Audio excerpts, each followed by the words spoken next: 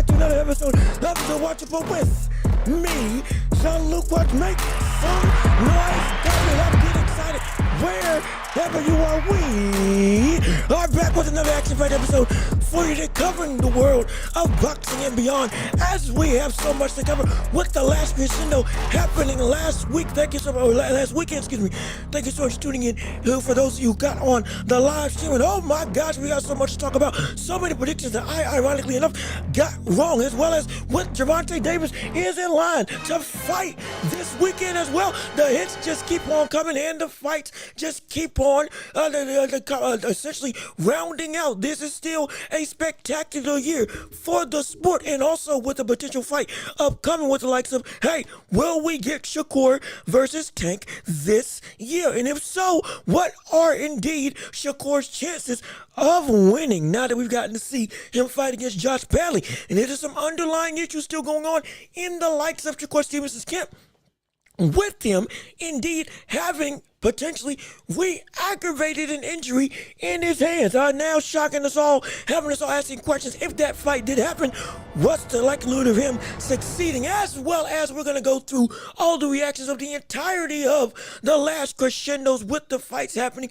with Joseph Parker knocking out Bakole, with the likes of essentially Friday tonight, Callum versus Buatsi, all that and much more we're going to cover on the show. So please, thank you for tuning in. Thank you for listening. And if you would, please leave a comment in the chat. Put your comments in the chat for everybody to have a say. And indeed, we will talk about it. We will get to it. We will discuss whatever you all want to discuss. And in the last segments of the show, we have the championship rounds. That's right, whatever anybody wants to talk about, whatever anybody wants to discuss in the world of boxing and beyond, we'll talk about that and much more right here on the show. So again, I appreciate all your support. I appreciate you tuning in. We are here. We're live. We got my coffee. Get your drinks ready, because we got so much to talk about and discuss on the world of sports. Oh, and one more thing. Shameless plug aside, we're here on every podcasting platform imaginable. So if you're talking to us on if you want to listen to us on Apple, Spotify, or any other podcasting platform, you can go leave 5 stars there. Go listen to us anywhere and everywhere on the go. And please share the show with everybody that you know, so we can keep on building up this empire of a community together. Leave a like on the stream. Let's get this show on the road. Let's get it started. And thank you so much. And shoot, we're talking about boxing, aren't we? We're getting ready to go into the action of last weekend and this coming weekend. Since we're talking about fighting, it is time to step into the ring. Hey, that's right.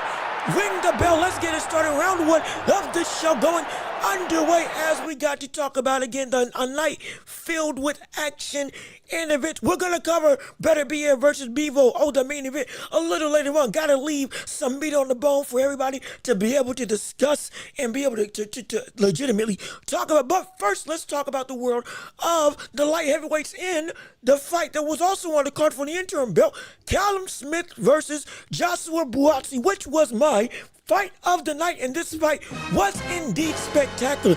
Oh, it was indeed incredible. Back and forth affair that had both fighters stunned, both fighters rocked all throughout the night. Callum Smith inevitably did get the win, and was the right decision, did get the nod on the night, but it was not without some legitimate qualms.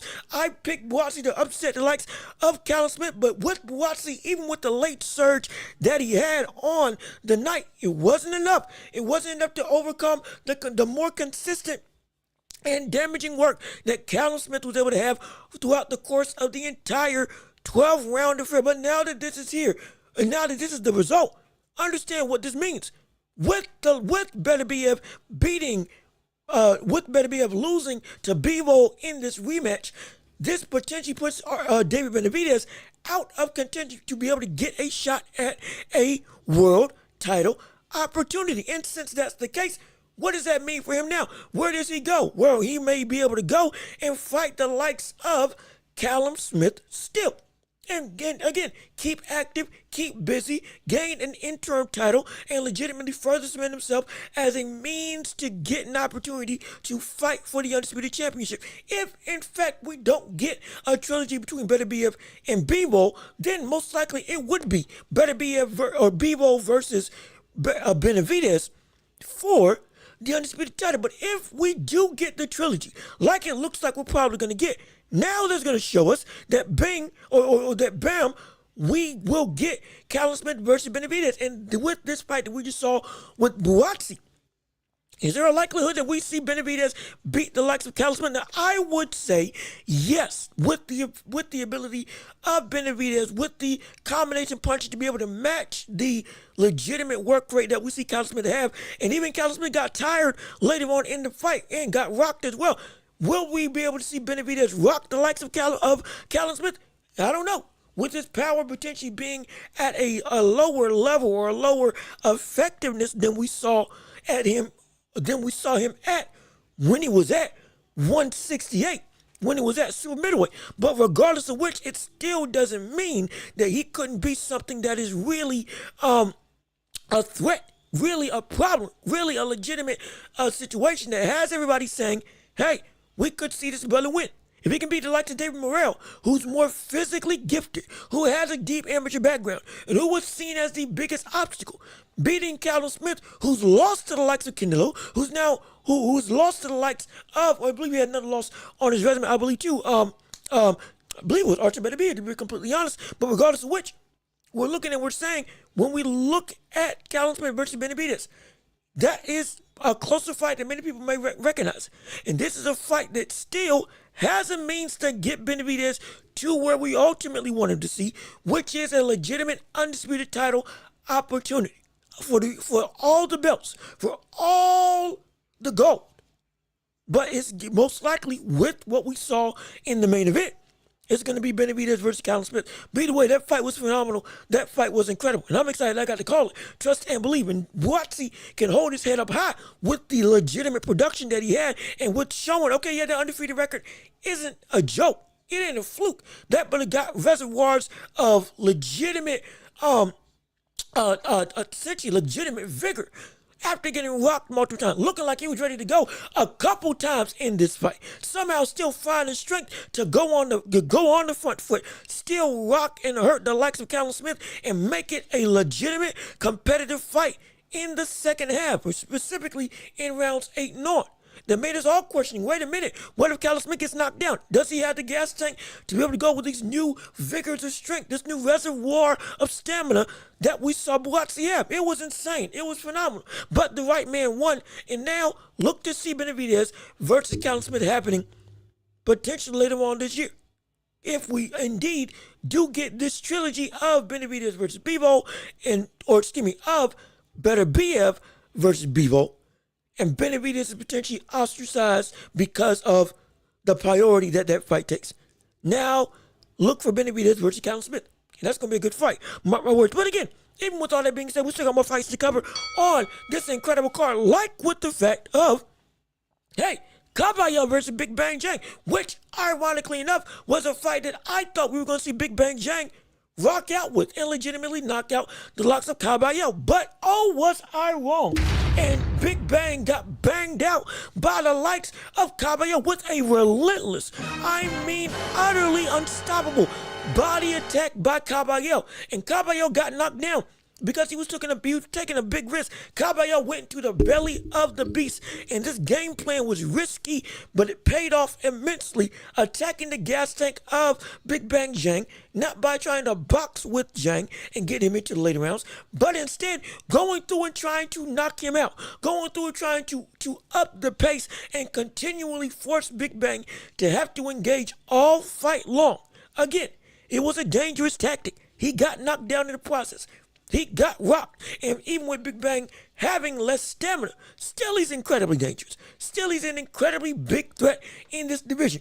But with Kabayel able to go through and essentially look to make this fight a overwhelming affair, made it so that Big Bang couldn't use those big shots, wasn't able to get Kabayel off him, and legitimately did not have a chance to breathe in the slightest. And because of that, relentlessly attacking the body, 4 or 5 punch combinations downstairs, inevitably made Big Bang Zhang essentially had to succumb not just to fatigue, but to legitimate wear and tear. And ultimately, boom, It should have been 2 knockdowns and a knockout that Kabayel was called for, but one of those knockdowns was deemed as a low blow when it wasn't a low blow.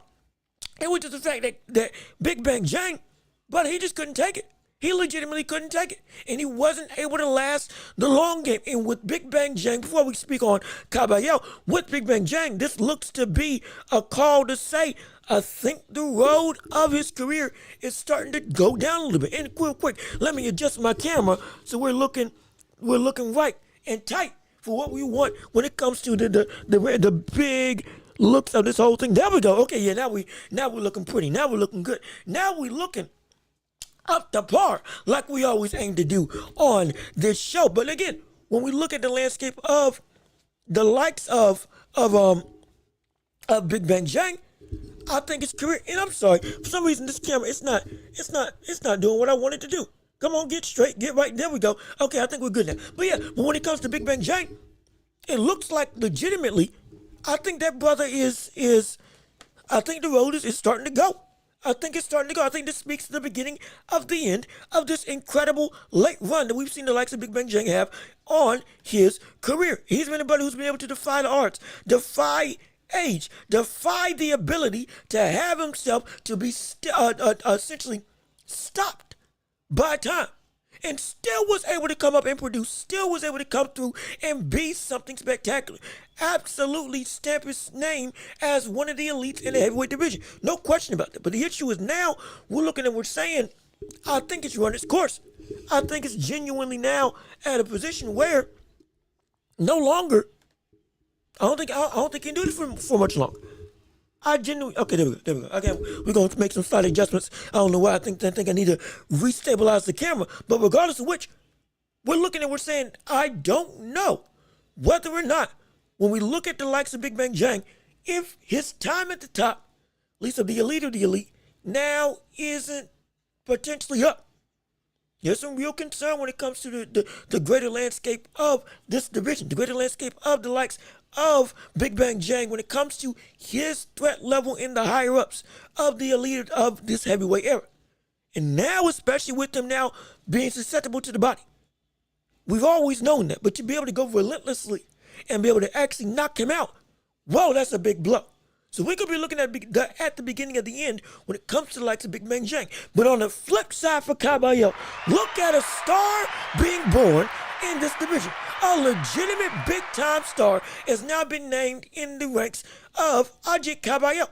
The relentless body attack, the ability to go and consistently work, the ability to take damage and still come up and be effective. Mind you, we were saying when it comes to Big Bang Zhang, this was a brother who, in all honesty, if Kabayel knocked him out, beating the likes of Zhang would have been impressive. But to knock him out is something we hadn't seen before. It's one of the better durable fighters in the sport, even when he is tired, even when he is fatigued, even when he is indeed in a troubled state. Now, no, that ain't the case no more. Now we got to see this brother beat and put down one of the bigger threats in this division. It speaks to this brother's arrived. This man is real. This man is legit. And this is a brother who is indeed looking to be one of the bigger threats in this whole heavyweight era. And with Kabayel putting on this great display, I want to see him against the likes of Anthony Joshua. Oh, you're doggone right. Put him against Anthony Joshua. Let's see what he can do. Let's see what he can do. Now put him up against the people that have been former champions, that are still in contention to have real acclaim, not just on their resume, but with their name in all actuality. Put him against the likes of AJ. That's the biggest person I want to see him face right now. Not Joseph Parker. Joseph Parker still in line to fight against the likes of Usyk. And we're going to get on whether or not Parker is going to fight Usyk or whether Dubois fights Usyk later. But either way, but Agit Kabayel with this type of knockout, hey, I'm not trying to jump the gun. I'm not trying to make it so that he is I'm not trying to be overly eccentric, but I'm not going to deny what we just witnessed. I'm not going to deny what this young, budding, relentless heavyweight just did against somebody who, while he has weaknesses in Zhang, has never been put down before, has never been put out before. And to be able to take the power and still overcome and be something great, my gosh, incredible, phenomenal. So yeah, give him AJ. Let's see what he can do. Let's see what he can overcome. Put him against somebody that's got legitimate power, got better stamina, is a good fundamental boxer in terms of Anthony Joshua, who is still seen as a big threat. And then if he beats that, now we can start talking about him in the same realms of Dubois and Usyk and Joseph Parker from the standpoint of real competitive elite top 4, top 5 status. Let's give him that. But the brothers arrived, and I'm excited to see it. No question about it. But we got people in the chat. Let's see what you all got to say. What's going on with the Jose Chavez? How you doing? Good to see you. Appreciate you coming in and tuning into the show. Absolutely. What you got to say? After the Virgil Ortiz fight, Crawford versus Canelo is not... Let's see. After the Virgil Ortiz fight, Crawford versus Canelo is not necessary. Well, I disagree. Again, for me, Big Bang Zhang unfortunately was aged out of the was aged out of the world title scene and would have beaten Dubois and Usyk 3 years ago. No question about it. In terms of, I agree with the sentiment. Would have been a lot more competitive. Would have been a lot more of a bigger threat. Had a better, again, his gas tank always wasn't great, but had a better gas tank back in the day. Had even better speed. Had even better power back in the day. And if he had indeed gotten those opportunities that he did deserve, then yeah, no question he would have been able to get a legitimate shot at title acclaim, title opportunity, and potentially would have already been a champion, if not for him being aged out and being, to some degree, legitimately awarded. He was an Olympian. He did have a lot of skill sets that many of the heavyweights didn't have to that much of a polished degree. And he was young and could legitimately crack with the best of the division. Unknown to a lot of people, aside from a couple years ago, because of the fact that he didn't get a lot of opportunities. So yeah, you're not wrong about that, actually. But when it comes to the Virgil Ortiz fight showing Crawford and Canelo not being necessary, I still disagree. But we're going to touch on that later on in the show. Don't get it twisted, because we still got more fights to come. We're going through reactions to the entirety of the card. No question about it. And speaking of heavyweight divisions, we still got to touch on, let's touch on it right now. Madrimov versus Virgil Ortiz. With Virgil Ortiz getting beaten by, or beating the likes of Madrimov, Virgil Ortiz beats Madrimov in what I saw as a right decision. And people are saying when we look at this fight, how did this go, and how did this translate to Crawford versus Madrimov? And does this indeed show that Crawford really ain't ready for the likes of Canelo? Well, let's pump the brakes on Crawford not being ready. Let's look at what the context of this fight was. This fight was with two natural 154-pounders, and one of whom, in terms of Virgil Ortiz, who is one of the most destructive punchers in the division. No question about that. Legitimately. Was always in the title picture. Just had a fight of the year contender with Bobochuk. Had been up going into this fight. 22-0, 21 KOs on his resume. And outside of Bobochuk, nobody else would be able to go the distance. Legitimately was a great boxer and a feared puncher. Madrimov, outside of Terence Crawford, got outboxed and beaten in the later rounds by Terence Crawford, but wasn't hurt. Understandable. But hasn't faced somebody of this level of punching degree in terms of Virgil Ortiz yet in his career. He's faced all-time talent, but all-time level power, at least when I say all-time, I mean top division level power at this division. He hadn't faced before. Let's be perfectly honest. Also with somebody that can box. Crawford didn't pose that same level of punching threat. Now going up against Virgil Ortiz, Madrimov was able to bounce and box. Absolutely. In the early stages of the rounds. But with Virgil Ortiz being able to not just take punches, but being patient, being willing to wait, let Madrimov tire himself out, while he's also gauging what Madrimov's patterns are. Like I said before, one way or another, Madrimov was going to be forced into a fight against Virgil Ortiz. And when that did happen, you're in Virgil Ortiz's domain. And that's exactly what happened. Slowly but surely, we saw Madrimov start to lose some steam. And slowly but surely, we saw Virgil Ortiz begin to up his level of pace, up his level of aggression, up his punching output. Going from just a quick and sharp jab to the head to now starting to go and jab to the body. To then throwing in an occasional hook downstairs. To then now throwing 1-2 combinations. Both upstairs and downstairs. Again, periodic. but keeping the pressure and constantly forcing Madrimov to have to be put in the corner, doing a lot of work to essentially go nowhere until ultimately now you're in my field of view. Now you're flat-footed. Now you're tired. Now you're forced to have to throw your shots to be able to get any form of separation because your feet ain't working no more. Let you beat yourself. And now I can really go and open up. And that's exactly what we saw with Virgil Ortiz. Inevitably, we saw Ortiz do the combinations that we've seen him do multiple times. Rip down the glove and get to go downstairs to the body in a very sneaky affair. One of the best punching exchanges of the night. Being able to go through and genuinely open up with 3 or 4 punch combinations. Outworking Virgil or outworking Madrimov in the later stages. Having Madrimov gasping for air. Having to push and shove. Doing a bunch of stuff that almost got a point deducted. Because inevitably, you ain't got nothing else in the tank. And now you got to deal with my power. That can not only debilitate you, but also is continually going to be able to be substantially driven with stamina all fight long. Hurt you, not necessarily hurt you, but now those punches stink. Now you're getting desperate, and now ultimately you get beat. The slow buildup of the momentum got Virgil Ortiz to win. Now, what does this mean when it comes to Terence Crawford? This shows 2 things about this Terence Crawford fight. Terence Crawford versus Madrimov was indeed a quality affair, no question.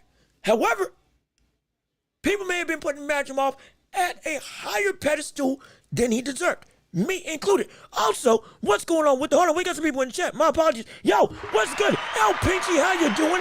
Good to see you. Franklin Zona, thank you so much for tuning in to the show. Al Booga, how you doing? Good to see you. Appreciate you coming through and showing up on the show. I appreciate all of you all coming through and legitimately taking time out in your morning. Started at 12:15. Got the show up and running at 12:17. So yeah, we being punctual on here, and I appreciate all of you all tuning in. Let's see what you all have to say. My gosh. I see. Yep, I already talked about Zhang being aged out. Got people like, let's see. Thanks for putting in the work and doing all 7 hours of the live stream. Hey, look, man, I appreciate it. I did it for you all because y'all deserved it. Y'all wanted it to happen, so doggone it, we're going to make it happen. And for those of you who are getting tuned in for the whole live stream, thank you so much. Means the world to me. Hey, thank you to everybody who showed up. Really, hey, my voice was shot by the end of it. But you know what? I could have gone 10 hours, 12 hours. I could have gone 24 hours if need be. Because this is what I love to do. And it's all thanks to you all giving me the motivation to actually accomplish this. Again, this is my dream. This is my goal. Whether it's television, YouTube, whatever the case may be, we gonna be big. We gonna blow up. And it's all thanks to you all making and supporting this channel and supporting me and making this happen. So again, clap it up for you all coming through, making this incredible, making the whole live stream phenomenal. And hey, it was worth the price of admission, was it not? Oh, yes, indeed. I'm glad I did it because that was one of the best cards that we had seen in the history of the sport. So thank you all so much. You all made this possible, so I appreciate it. Absolutely. But let's see what other people have to say. Ortiz did way better than the alleged pound for pound number 1. Not a good look, no question. And again, I'm getting ready to touch on that when we talk about Madrimov. Crawford will run against Canelo. It's not worth pay-per-view. Crawford is not it's not pound for pound. He beat a drunk L. Spence with glaucoma and cataracts in one eye. So let's talk about this. Let's talk about Terence Crawford. Let's talk about Crawford versus Canelo real quick. As again, we're still going to cover the whole card of this Beterbiev Bivol fight. Right now, we're talking about Madrimov versus Ortiz. And this speaks to a bigger question when it comes to the likes of Madrimov and Crawford and Madrimov and Canelo. When we look at this whole situation, let's understand this. Ortiz did better because Ortiz, Ortiz in some way implemented some of the similar game plans that we saw Crawford do, but in a more dominant fashion because he was able to not just take the power of the likes of a Madrimov, which, again, Crawford did as well. It wasn't like Crawford ran against Madrimov. Crawford boxed with Madrimov. He didn't step back and run. He was legitimately trying to stay in the pocket with Madrimov, and towards the end of the round, just like with Virgil Ortiz, was in fact walking down Madrimov. So it was the similar game plans and traits that we saw against Madrimov and Crawford, we saw Ortiz use as well. But the issue is, Ortiz is indeed bigger. Again, a natural 154-pounder. Ortiz also had more power to be able to go and really rock the likes of Madrimov. Had more physical capabilities, at least at that weight class. And so now we're looking and saying, both of them, again, Ortiz, did I not say in my breakdown that Ortiz wasn't going to try to box with Madrimov, unlike with Terence Crawford. He was going to try to eventually blow through the feints of Madrimov. Genuinely. And that's exactly what he did. He legitimately went, forget your feints, I'm going to just keep on trying to trap you and corner you, and then inevitably go through and try to take you out in the later stages. Forget your feints, I'm going to force you to trade with me. That's exactly what Ortiz did. I called it. That's exactly what he did. And when it came to Crawford genuinely tried to box with Madrimov all 12 rounds. Because, again, he doesn't have the physical capabilities, but still, in the pocket, was incredibly effective. The awkward style of Madrimov made it so that, okay, at a higher weight class, understand this cat is incredibly unique in his boxing ability. I can't just go and just boom, boom, like I want to. But I got to be a lot more methodical, a lot more tactical, and impressive. Ortiz doing this to Madrimov, also impressive. But it also speaks to, we may have elevated Madrimov higher than we should have. Being a champion in 10 fights is incredibly impressive.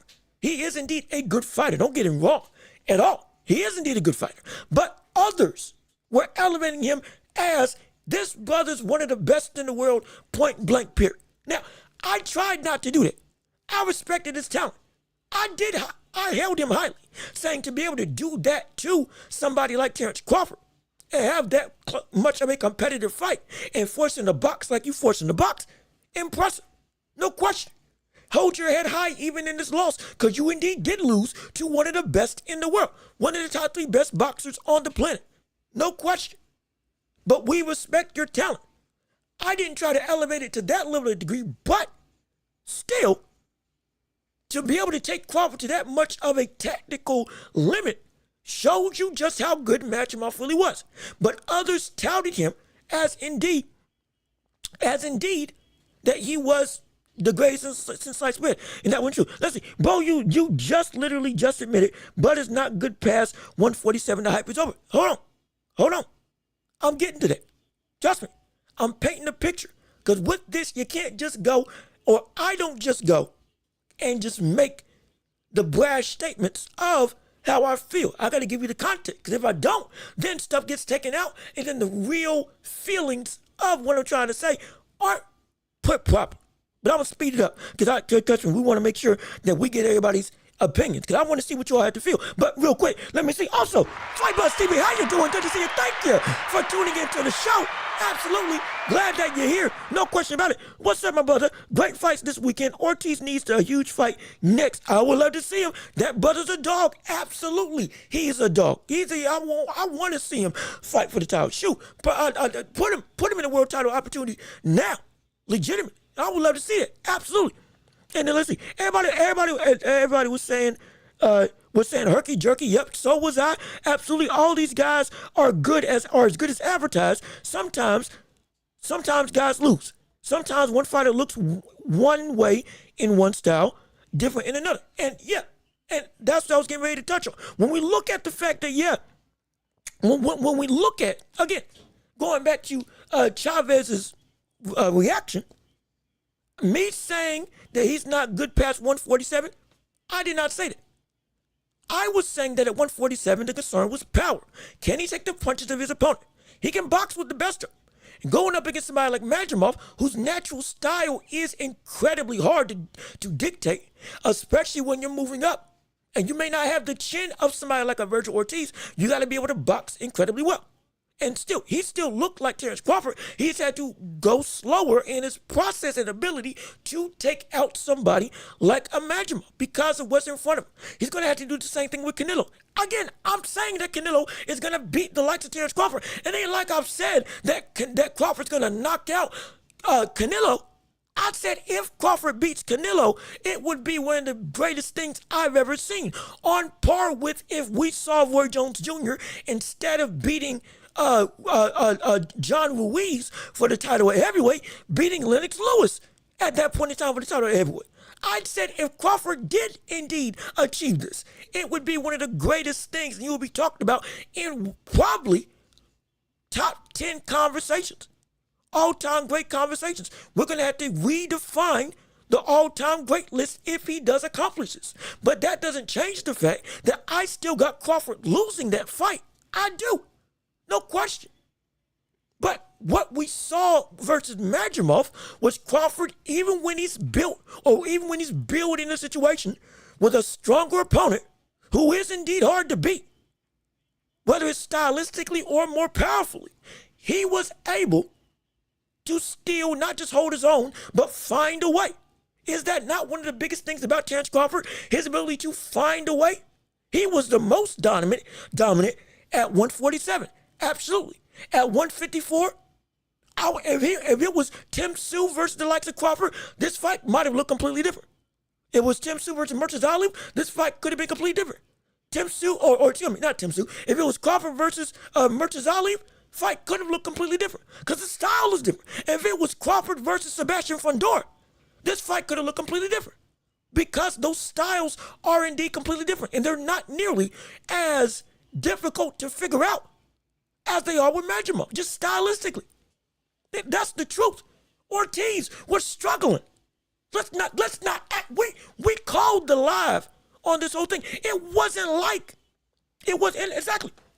And El Pinchi, the style is too difficult. Absolutely it is. For anybody. 100% both styles makes fight. It's not like we were all in agreement that when we saw Madrimov do what he did to Crawford, in terms of making him have to really think, we all accepted that brother's style is incredibly hard to fight. I don't care if he was powerful or not. I don't care if he had pop or not. If he could knock you out in one go, if he didn't have any power at all, regardless of which, the style is hard to fight. Physically, he is strong, as well as he can bounce for nearly all fight up until he can't anymore. But regardless of which, Virgil Ortiz, Terence Crawford, and every other fighter that Madrimov has faced off against had to deal and has struggled with the same problem. That constant movement and the ability to never be able to find you is difficult. People were elevating him way higher than they should have. Granted, I try to keep it as legitimately contextually rated as possible. But it didn't change the fact that everybody was saying that Madrimov all of a sudden was this world beater. He's not, but he's still a great fighter. And he still is incredibly hard to beat. For Virgil to beat Ortiz, or for Virgil to, not Virgil beating Ortiz, he beat himself. No, for Virgil to beat Madrimov is indeed impressive. The reason why Crawford versus Madrimov was more impressive was because Crawford at 154 looked to be, he wasn't going up against bigger bodies, didn't have the same ability to be able to, just like with David Beterbiev and others who move up, the risk is so much higher.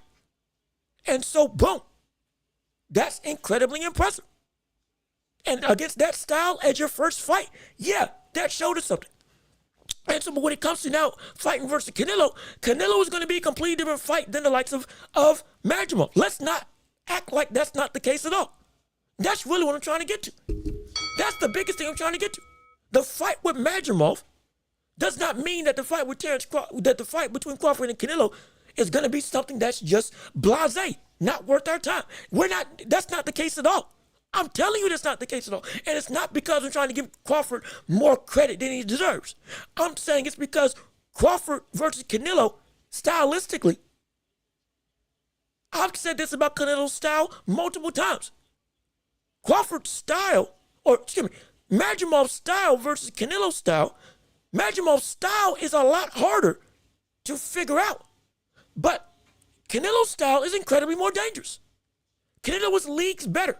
But stylistically, it's easier to deal with his style of boxing than it is with Madrimov. That is and abundantly true. And that's not me trying to show favoritism. We have talked about what Canelo has evolved into now. Catch and shoot. Somebody wants to throw big shots. The power and durability are some of the biggest weapons in his arsenal. He can cut off the ring. He wants to come forward. Absolutely. He uses less head movement than he used to do in the past. He doesn't use as many feints as he used to in the past. His prime as a boxer was at 160 and between 154 and 160 during those years when he fought Triple G and others. We've talked about this before, and arguably the early years of 168. So stylistically, I've said he's regressed slightly. His whole skill set as a whole has regressed slightly as he's gotten older and stayed longer at 168. Madrimov's style is a lot harder to deal with from the standpoint of you have a lot more things to take into account, from the movement to the feints to the constant unpredictability, using the whole of the ring, going forwards and backwards, the counters, the speed, the awkward punching style, the algorithmic beat that he goes through when he goes and fights. That is not Canelo. It's not. But that doesn't mean that Canelo isn't a bigger threat. He is. But you're dealing with less when you deal with Canelo, because stylistically how he fights is a lot more easy to understand and figure out. When it comes to actually beating it, it's a whole different story. But in terms of understanding and being able to deal with it, it's a lot less moving parts that you got to take into account with. But the talent is indeed better. So yeah, this fight does not mean that all of a sudden Crawford versus Canelo is just a wash, or is just it's not worth our time. It is worth our time. It is. Absolutely it is. Remember, we talked about Hagler versus Leonard. Hagler was calling out Leonard at 147 before he ever got to 160.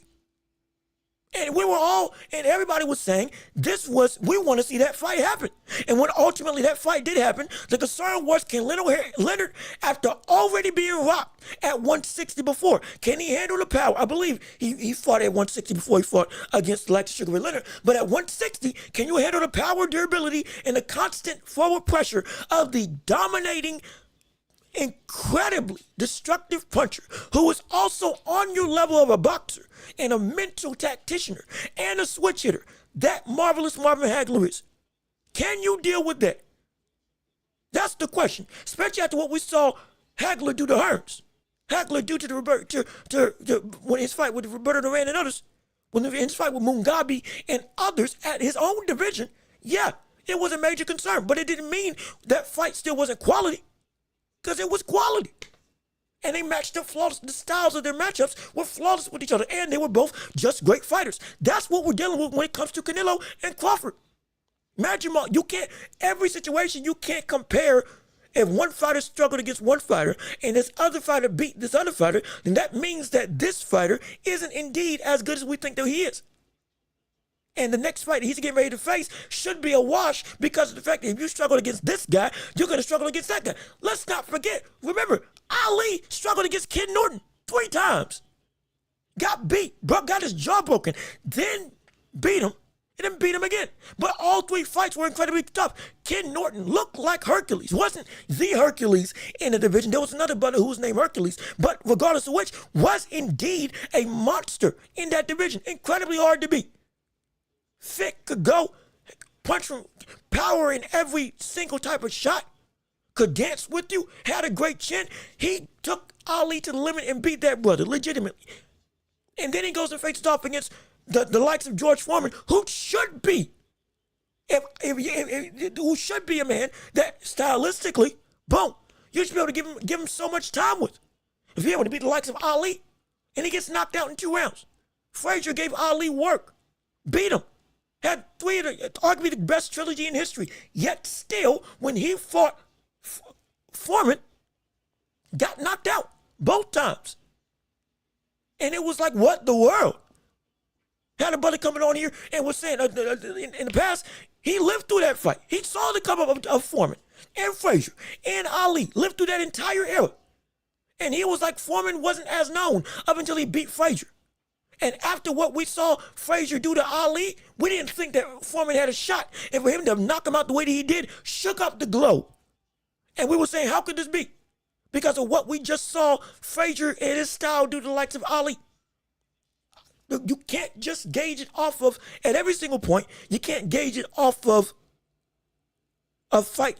You can't gauge it off of, well, if you struggled against this opponent and this other buddy did this good against the same opponent, what does that say about you? You can't gauge it off of it. Not every time. In this situation, it's not every time because Canelo and Crawford's style are so different.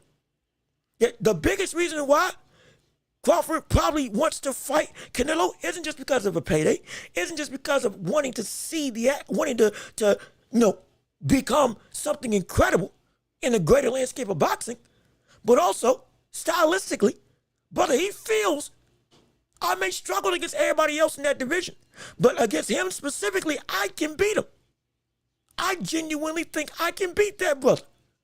Beyond just having a demonstrative, conquering type nature, beyond just having all-time type confidence, he genuinely feels that he can beat the style that Canelo brings to the table.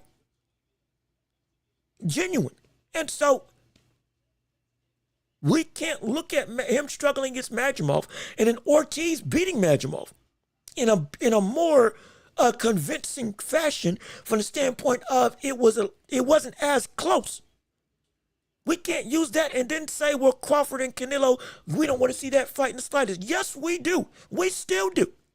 Because like I've said before, if anybody has the ability to beat the likes of Canelo, coming up from a weight class of 147, starting out at 135, it wouldn't be anybody else except for the likes of Terence Crawford. You cannot name another name. You can't. What, you think Tank's going to do it? You think Tank can beat him? You think Errol Spence can? Do you think a healthy Errol Spence? Let's say for the sake of argument that the likes of Errol Spence Jr., the glaucoma, the car crashes, all of that was indeed valid for why he lost to Terence Crawford. Well, I'll give you the benefit of the doubt for this argument. And also, if you would, please like the stream if you're enjoying the conversations that we got going on. But I'll give you the benefit of the doubt. If you saw that, would you genuinely feel, or excuse me, if all of that was true, car crash, glaucoma, drunk, whatever the word you want to say, won't give you benefit of the doubt. That is why he lost to Terence Crawford. If he fought against Canelo, do you honestly think he would be able to beat him? Do you have more hope in Errol Spence beating the likes of Canelo than you do in Terence Crawford? Genuine. And if you do, okay, more power to you. But I don't. For me, I don't. The only man that I could see in that division would be the likes of Terence Crawford. And again, the glaucoma and all that stuff, I don't vouch for that as why he lost to Terence Crawford. Because, like I said before, he had 2 fights with some good names in Danny Garcia and Ugas before he fought against Terence Crawford. Let's not forget that. And he beat both of them. Danny Garcia was a dangerous, incredibly dangerous counterpuncher before fighting Errol Spence. Ugas, I believe, had beaten Manny Pacquiao and also was in a situation where that brother genuinely was looked at as one of the best in the sport. A body snatcher who could also come forward, who also had a Cuban background, a great amateur background, and was indeed phenomenal. Had a good chin, could go to war with you, had all that stuff. But still, he even knocked Errol Spence's mouth guard out. And Errol Spence smiled and ultimately stopped that brother and literally broke his face. We haven't seen Ugas back in the ring, I believe, since that fight. He's trying to make a comeback, but we haven't seen him since. All of that is showing you that Errol Spence, that fight, it was good. Like he just got beat. Plain and simple, he got beat. And because of that, we want to see him back, but don't try to diminish what we know Terence Crawford is. We can't. Because again, the only man that we out of everybody in these divisions of boxing, the only genuine brother that we have confidence that can come up and accomplish something so ludicrous, at least for my money, is Terence Crawford. at least in my eyes. I can't imagine anybody else being able to actually do this. For me, I just can't. And so, but let's see what you all have to say. To be fair to Bud, he did put his foot on the gas in those last few rounds. Yes, he did. Once Madrimov stopped bouncing, just like with Virgil Ortiz. Herky-jerky style is, forget the herky-jerky style. He did it. He did do it. So maybe Israel Madrimov was only competitive because Bud let him stay in the fight. And I don't believe that either. Because the same thing, just like I said, the same vein that Crawford beat Madrimov, we saw Virgil Ortiz take that same route. Because the same struggles in the first half of the fight are indeed legitimate struggles. Virgil Ortiz couldn't track the Bud. He could get him in the corner, but he couldn't touch him. He couldn't touch him up until later in the second half of the fight, when the steam of Madrimov and his footwork slowed down because of all the work that style has to take in order to be able to constantly move. I called it on the night of the fight. He, instead of Virgil Ortiz more so running through, he let Madrimov tire himself out, conserve his energy, slowly build up his offense until once round 6 and on came about, then started opening up. Because now he can actually land, because the speed of Madrimov and the constant ability to go and move dwindled. And then boom, just like R. Smith is saying, he dominated him in the second half of the fight. Because he let Madrimov beat himself and then really set his foot on the gas. Once that footwork waned, Virgil Ortiz started building up a foundation of offense to inevitably turn into a snowball effect that Madrimov was too tired to deal with. Terence Crawford boxed with Madrimov the entire time, and then later half of the fight, turned it up, turned that 6th gear up, because now Madrimov was indeed slower in his footwork and boxing ability. Now, okay, I can take these risks. I can open up. I can land shots. I can throw more combinations. I can dig to the body a lot easier. I can track you a lot easier.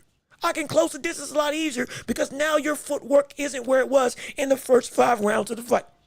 That's what we're saying. And so because of that, it's still, hey, that's what we're seeing. That's genuinely what we're seeing. And so all this is to say, you can't gauge Crawford's competitiveness against Canelo off of Madrimov when they're so different stylistically. Yes, we know Crawford's better, or we know Crawford's better, and we know Canelo's better, no question. But we can't just say that stylistically, oh, Crawford's gonna die. Because look at how much he struggled against Madrimov, and then look how much Virgil Ortiz was able to more dominantly beat Madrimov. No, it's because it's 2 different styles of fights and 2 different bodies going into that fight. Because of the strength and legitimate speed, Crawford, who still boxed with Madrimov and traded a lot more rounds early on than we saw even Virgil Ortiz do. Virgil Ortiz lost the entire first half of the fight before dominating the second half of the fight. We saw Crawford take some rounds in the early rounds and then continue to keep it close and then build upon rounds later on top of the success he'd had earlier in the fight. And so because of that, we can't say that Crawford is just going to die against Canelo. We can still say he's going to lose. There's a high likelihood, no question. I'm not denying that. But to say that this is the reason, I don't agree, at least for me. Listen, what do people have to say? My gosh, we got a lot of comments. Listen, you mean people elevated Crawford too much? No. Crawford was rated aptly as he should have because of what he had already done and who we knew he had established himself as in his career. So no, he was rated highly. Like he did with Sean Porter, was happy with the boxing to win, had to hurt him to take it late. Against Sean Porter, he thought he was up. He couldn't believe that he was down. He thought he was boxing and was actually winning. And indeed he was losing. But when he did indeed lose, what happened? He flipped the switch and absolutely took the fight and solidified it and stopped him, knocked him out. And he's done that just about every fight in his career. Once he turns it on, it's like he becomes a different animal. It's 2 different sides of Terence Crawford. And so, yeah, Just like he did against Madrimov, just like he did against Sean Porter, just like he did against the likes of Gamboa earlier in his career and others. Amir Khan, Kell Brook, don't matter. He turns into a different beast when he hits that sixth gear and takes it late.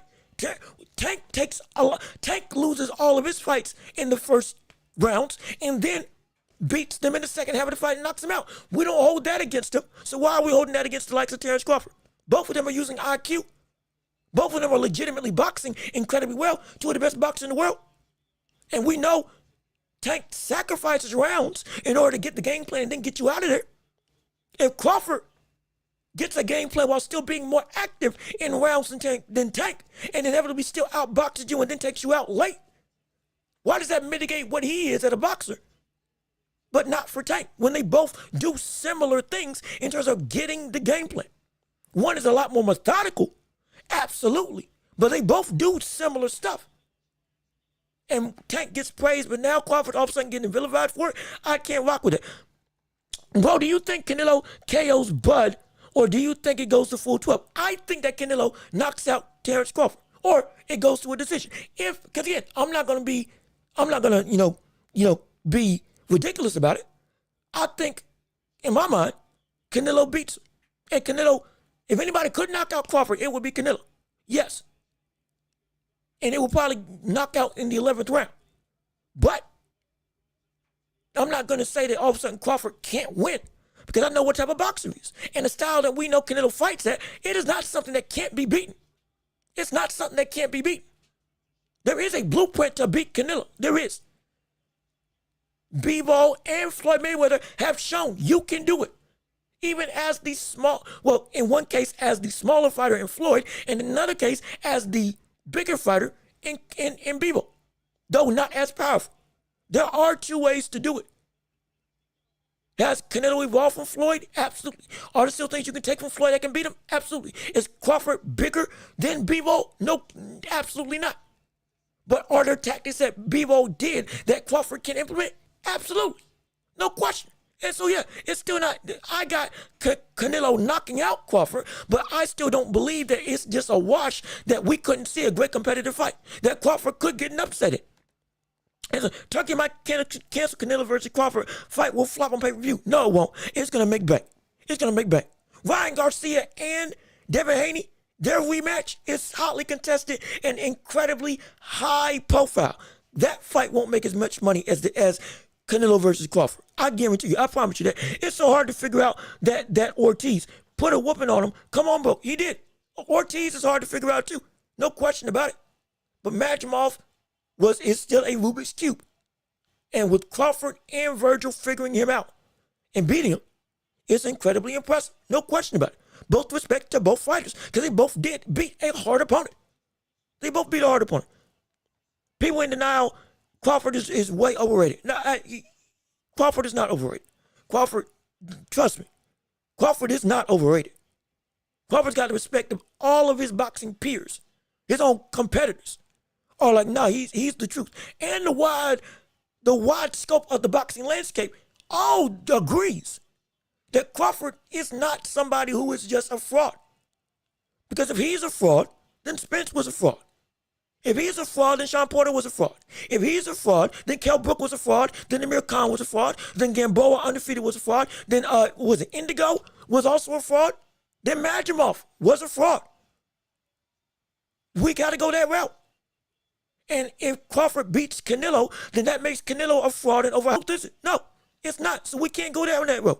And also, Warlord Boxing, salute to you. How you doing? Appreciate you tuning in to the show. I'm so sorry. We got people commenting, and I'm trying to get with everybody. My apologies. And so, again, bro, hype is over. Bud not worth it. Bud is worth pay-per-view. The hype is still there. I only hear the African-American community mostly pushing for this fight, in all honesty. And I think that they may be, and again, I can't speak for everybody. I am black. No question about it. But on this show, we don't care about race. We don't care what anybody else has to say. Whatever I feel, as much informed as possibly as I can become, I give to you. We try to keep this unbiased. We try to keep this, we just care about the fighters, the fights, the action, whether it's in the ring, on the court, in the NBA, because we also cover the NBA, and much more. When we look at the standpoint of this fight, when this fight was being talked about, it was going to be highly anticipated. If this was Errol Spence, this fight still would have been highly anticipated. This was a situation where Crawford had put himself at was legitimately seen as one of the best in the world. And it was rumors of this fight. Oh, this could happen. I believe months after Crawford and Spence happened. And people were actually saying there's no way that would happen. But if it did, from every single racing creed, there was a level of interest. All of a sudden it gets announced.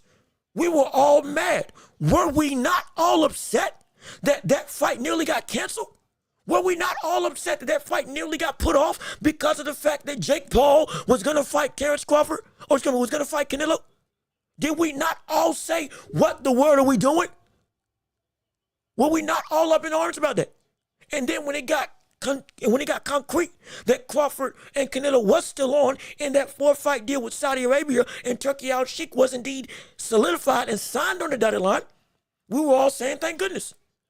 If we can't get David Benavidez, then let's get Crawford and Spence, let's get Crawford and Canelo in there and see what happens. That is what we all were saying on this very channel. That's what we all, in the comments, that's what we were saying. On video, you can go back. That's what I was saying. I don't lie. I keep everything continuity. Again, we keep going about timelines. Everything that I've said has been connected. Legitimately. And if stuff has changed, I've acknowledged the change. And that's what we've been saying. The people, whether it's the black community, whether it's the Hispanic community, whether it's the Japanese community, the Asian community, everybody is looking at this fight as a legitimate fight that we are invested in. The ultimate one is David Benavidez. But this fight still is one of the biggest fights of the year, and for good reason. Because it goes beyond spectacle. It goes beyond just brash, oh, what the world. It is legitimate that there is a cause for an upset. And again, I'm not. No question. You could not be invested. Excuse me. Thank you. Ndongo. Thank you for the correction. Julius Ndongo. I do appreciate the correction. Al Booger. See, y'all keep me in check. Make sure I got the names right. My apologies for getting the name wrong. Julius Ndongo. Beating him and others. But again, if you're not invested in Terence Crawford versus Canelo, no problem there. I'm not going to say what you should and shouldn't like. I would be advised that you would enjoy it because this is indeed a good fight. That is going to be a spectacular event that's got a bunch of stipulations on if, in fact, this does indeed turn into an upset. And if it goes the way that we think it's going to go. Regardless of which, it is a great fight that will send a level of historic types of ripples. But I'm not going to say what you should like. I'm not like that. But what I will say is that even if you're not invested, there's a reason why the vast majority of the public is. And there is a reason why this is seen as a legitimate type of well-quality fight rather than just a spectacle. Because Crawford is indeed worth his value. Canelo is indeed worth his value. Both these people have been tested and primed against the best of their era. We've criticized Canelo, and we praised Crawford and criticized Crawford. I've been on Crawford. I wish he would fight more often instead of only fighting now at this stage one time a year. I wish he took a fight at 160, even if it's against a bum opponent, to get more acclimated to the weight of being at 168, though he's already at 186. That would be the smart thing. I want that if indeed this fight's going to happen. But regardless of which, whether you're invested or not, this is a fight that is indeed a quality affair that should be worth making. And to put down both of these fighters would be an injustice to their legacies and genuinely devalue a fight that honestly should not be devalued. Putting dirt on something that should be seen as something that everybody should want to have. And again, it's an easy payday for Canelo. No question. On paper, it's an easy payday. Absolutely about that. That still doesn't mean that the fight shouldn't happen. In this case scenario, at least for me, in my humble estimation. But again, We still got, let me still go through. I was impressed with the patience of Ortiz. Absolutely. Patience of Ortiz was incredible. Ortiz showed a higher IQ. I wouldn't say he showed a higher IQ because he didn't, again, Crawford boxed with Madrimov's herky-jerky style.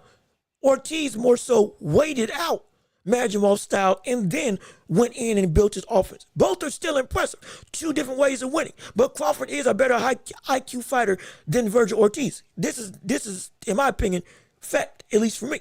But I'm not discrediting what Ortiz is. Ortiz is a monster. Ortiz is a monster. To beat Madrimov is a monstrous type of thing, which is incredible. And so, again, all respect and more power to him. Give him a title shot. Give him a major title shot. Absolutely. In my estimation. There's no question about that. Explain how Ortiz showed a higher IQ than Crawford. And again, I don't believe that he showed a higher IQ. I believe that Crawford, like I said, to box with that type of style and to trade rounds with Madrimov in the early stages and then walk him down just like with Virgil Ortiz in the last 2 or 3 rounds shows a better, with less physical attributes on your side compared to the Madrimov. That's a great point to your IQ and technical ability, which has always been the tops of the boxing world. No question. And so, yeah, I don't agree that Ortiz has a higher IQ or showed a higher IQ, but he indeed did still put on a great display and a great performance. There's no discredit to be given. Absolutely. And see, he turned up on Amir Khan, turned up on Brook and others. So you see what I'm saying? You see the pattern? All this, the same thing has happened throughout most of his stuff. Did he not? Yeah, did he knock out Porter? His dad knocked out, Sean Porter's dad threw in the towel after Sean Porter got knocked down twice in a round because by his own words, I already knew where this was going. Sean Porter was going to get stopped. Again, this is the coach's words, not mine. He said that Porter had lost the fight already. There was no point in continuing. That was the corner. Sean Porter would have gotten up. He was going to get up. He was frustrated. Oh, he was mad. Banging the canvas and all that. And when his corner saw that, he was like, nah, we good. We done. No, you're going to get knocked out. There's no way to continue. His words, not mine. So, yeah, that's why we say he got knocked out. Because if the corner throws in the towel, yeah, you got stopped. Your corner saw something to where there's to save my fighter, there's no need to continue. So, yeah, no, he knocked him out. He knocked him out.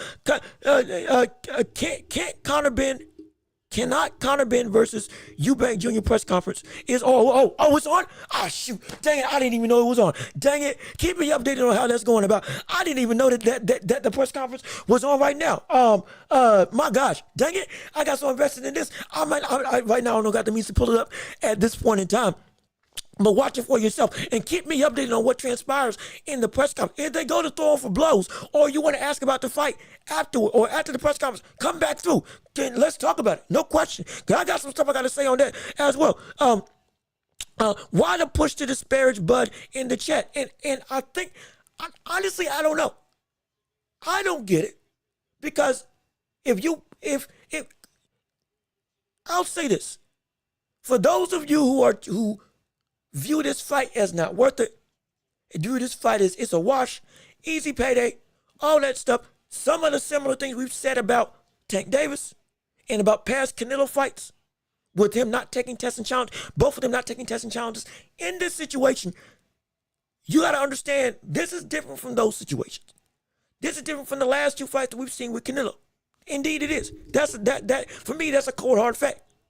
And I would be careful to do this because genuinely, let's say the upset happens and we do see Crawford win, or even still Crawford loses and we see a good fight on the side of Terence Crawford where he takes Canelo to the limit.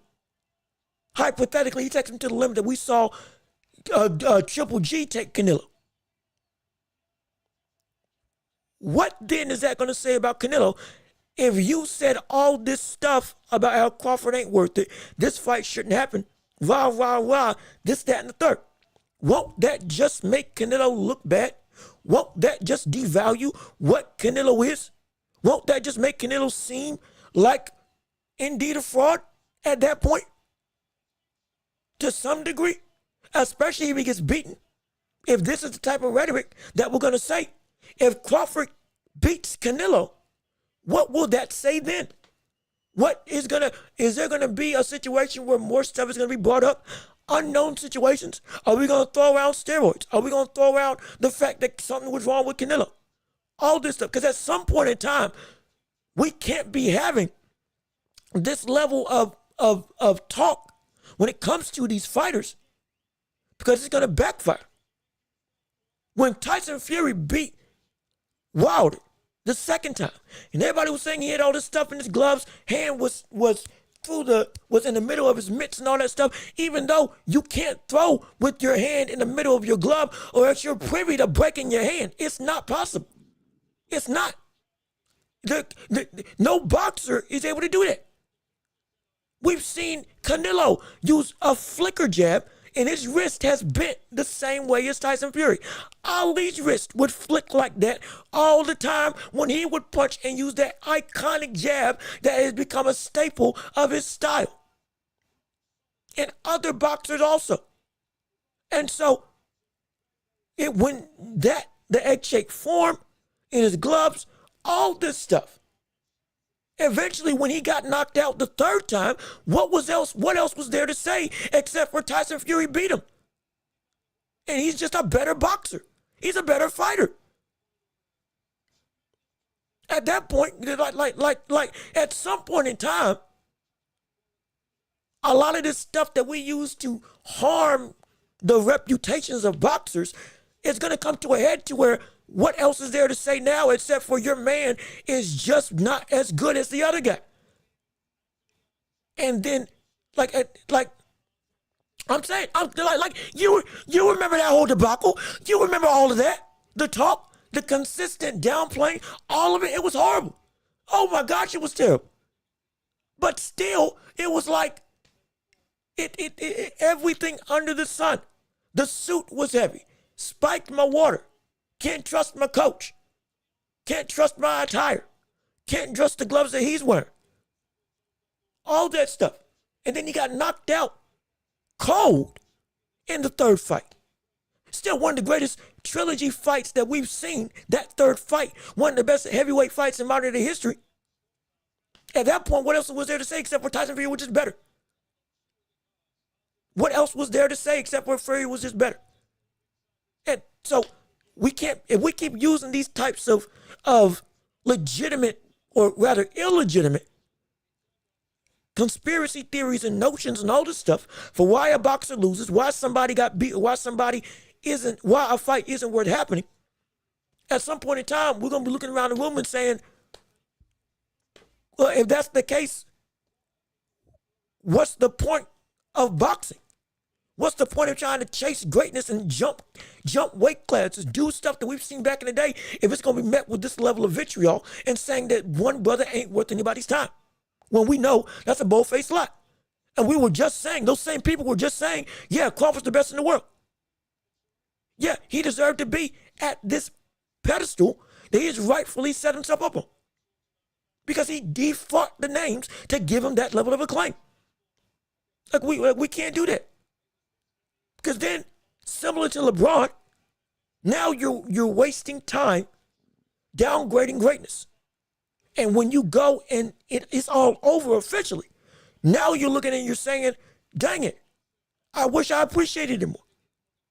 And I don't want you, the fans, to have that. You can have your favorites. You definitely can have your opinions. No question about it. But at least understand, be careful with some of the stuff that you say. And some of the mentalities that you may have. Because if you then go and don't appreciate what you're seeing in front of you, when it is aptly deserved to be appreciated, now you're going to be like, man, where's the time go? And to a degree, those nostalgia tinted glasses that we normally have for boxers is going to be indeed smudged. And you won't be able to really understand or truly appreciate, rather, what we witness somebody or multiple bodies do in their career. And I don't want that for anybody. Genuine. And LeBron is not my top 5 all time. Now, see, that's a whole nother conversation. We're going to get into that. We can get into that in the championship rounds, no question. But again, we still got more fights to cover. Please, like Bakole versus Parker. And then ultimately, I got to talk about Shakur Padley, and then Bivol versus Beterbiev. So let's keep on track real quick. Well, this was a phenomenal conversation. We'll continue it, but let's keep on going with the breakdowns of the reactions to what we saw on last weekend as we go through right now. Real quickly, Franklin's Honor, what you got to say? It's not hype if you watch the fights. The problem is when you get idol worshipers involved, they only see one way. Lovers of the sweet science are unbiased are unbiased about the characters, but love the science. And again, have your fans, have your favorites. Also, yo, Jay Riggs, how you doing? What's up with you, brother? Glad to see you. Good, what's good, Preacher Welch? We here having a time going through the card of Bakole of Bivol versus Beterbiev. Just had an incredibly good talk when it comes to Crawford versus Canelo, with a lot of people having a lot of reactions going through how they feel that fight is not worth our time. And again, we're going to touch on that again once we get to the championship rounds, but we got to finish covering the rest of the card, getting into the crescendo of Bivol versus Beterbiev. And again, I'm trying to read up and catch up. I had a late lunch. Go ahead, read through the chat. You'll see what the rhetoric was, and we're gonna circle back around to it. No question. But give me a couple seconds or give me a couple minutes to go through the card so I can break down some of the reactions to the fight, like with Bakole and Parker, Shakur and Padley, and Bivol Beterbiev. But let's go real quick. Again, not hype. This right here is the best that you would want.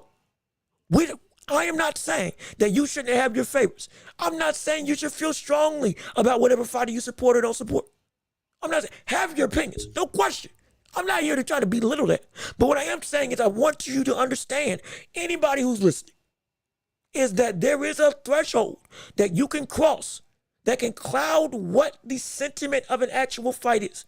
And you end up missing legitimately the moment to revel in greatness on both sides of the corner. And if you do that, I don't want you as the fan to hurt yourself in that regard. I still want you to be passionate. I still want you to feel how you feel. I still want you to uphold the passion, the love, all that stuff. Don't quell your emotions, but also understand in some capacity, certain opinions can indeed hurt your ability to appreciate the sport as a whole. And I don't want that to happen to you, because at that point, then I don't want you missing out on being able to say, where were you when something happened? When something should be incredibly praised and be like, yeah, this was a great event. I can't believe I got to witness this. Now you're just saying, blase, blase, blase, all built up to the fight. Next thing you know, when the fight actually happens, and it does indeed turn out to be great, you're sitting here like, man, I wasted a lot of time trying to essentially hate on an event or hate on a fighter that indeed, even if I didn't think they were going to win, even if I didn't think that this was going to be a competitive affair, the very fact that this was made, I didn't truly appreciate what type of matchup this was. And indeed, missed out on being able to really revel in the greatness that was in front of us. Because we have always complained, had we not always complained, that we don't get big fights anymore? Have we not always complained, where's the Hagglers versus Hearns? Where's the Tommy Hearns versus Roberto Duran's? The Roberto Duran versus Iran Barclays? The Roberto Duran's versus Sugar Ray Leonard's. We're bringing up Roberto Duran a lot because that brother accomplished all this stuff that we're talking about. These big time fights, moving up in weight. Where are the Henry Armstrongs? The Ezra Charleses? These types of competitive greats, the Manny Pacquiao's of the world, that would continue to try to push the boundaries, fight people that they had no business getting in the ring with, but because of their greatness, they earned the right to do it. As lopsided as they may be, when we yearn for those types of fighters, but then when we get fighters doing that very thing, all of a sudden we got a problem. We have a problem. Let me tell you something. If Inoue right now said, I want Gervonta Davis, as much as I would say, don't do it, right now because you need to move up the right way, I promise you, I would not be opposed to that fight happening. As much as I wouldn't want that fight happening because of how I would want, in a way, to actually get prepped for that fight. If that fight all of a sudden was made apparent and we got Anyway versus Tank at 130, my gosh, brother, that would be stupid. And if he beat him, oh my goodness. Like what?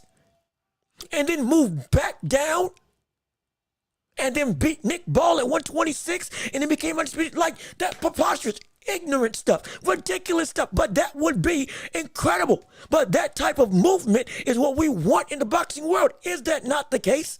Is that not who we praise and laud? Is that not who we always respect?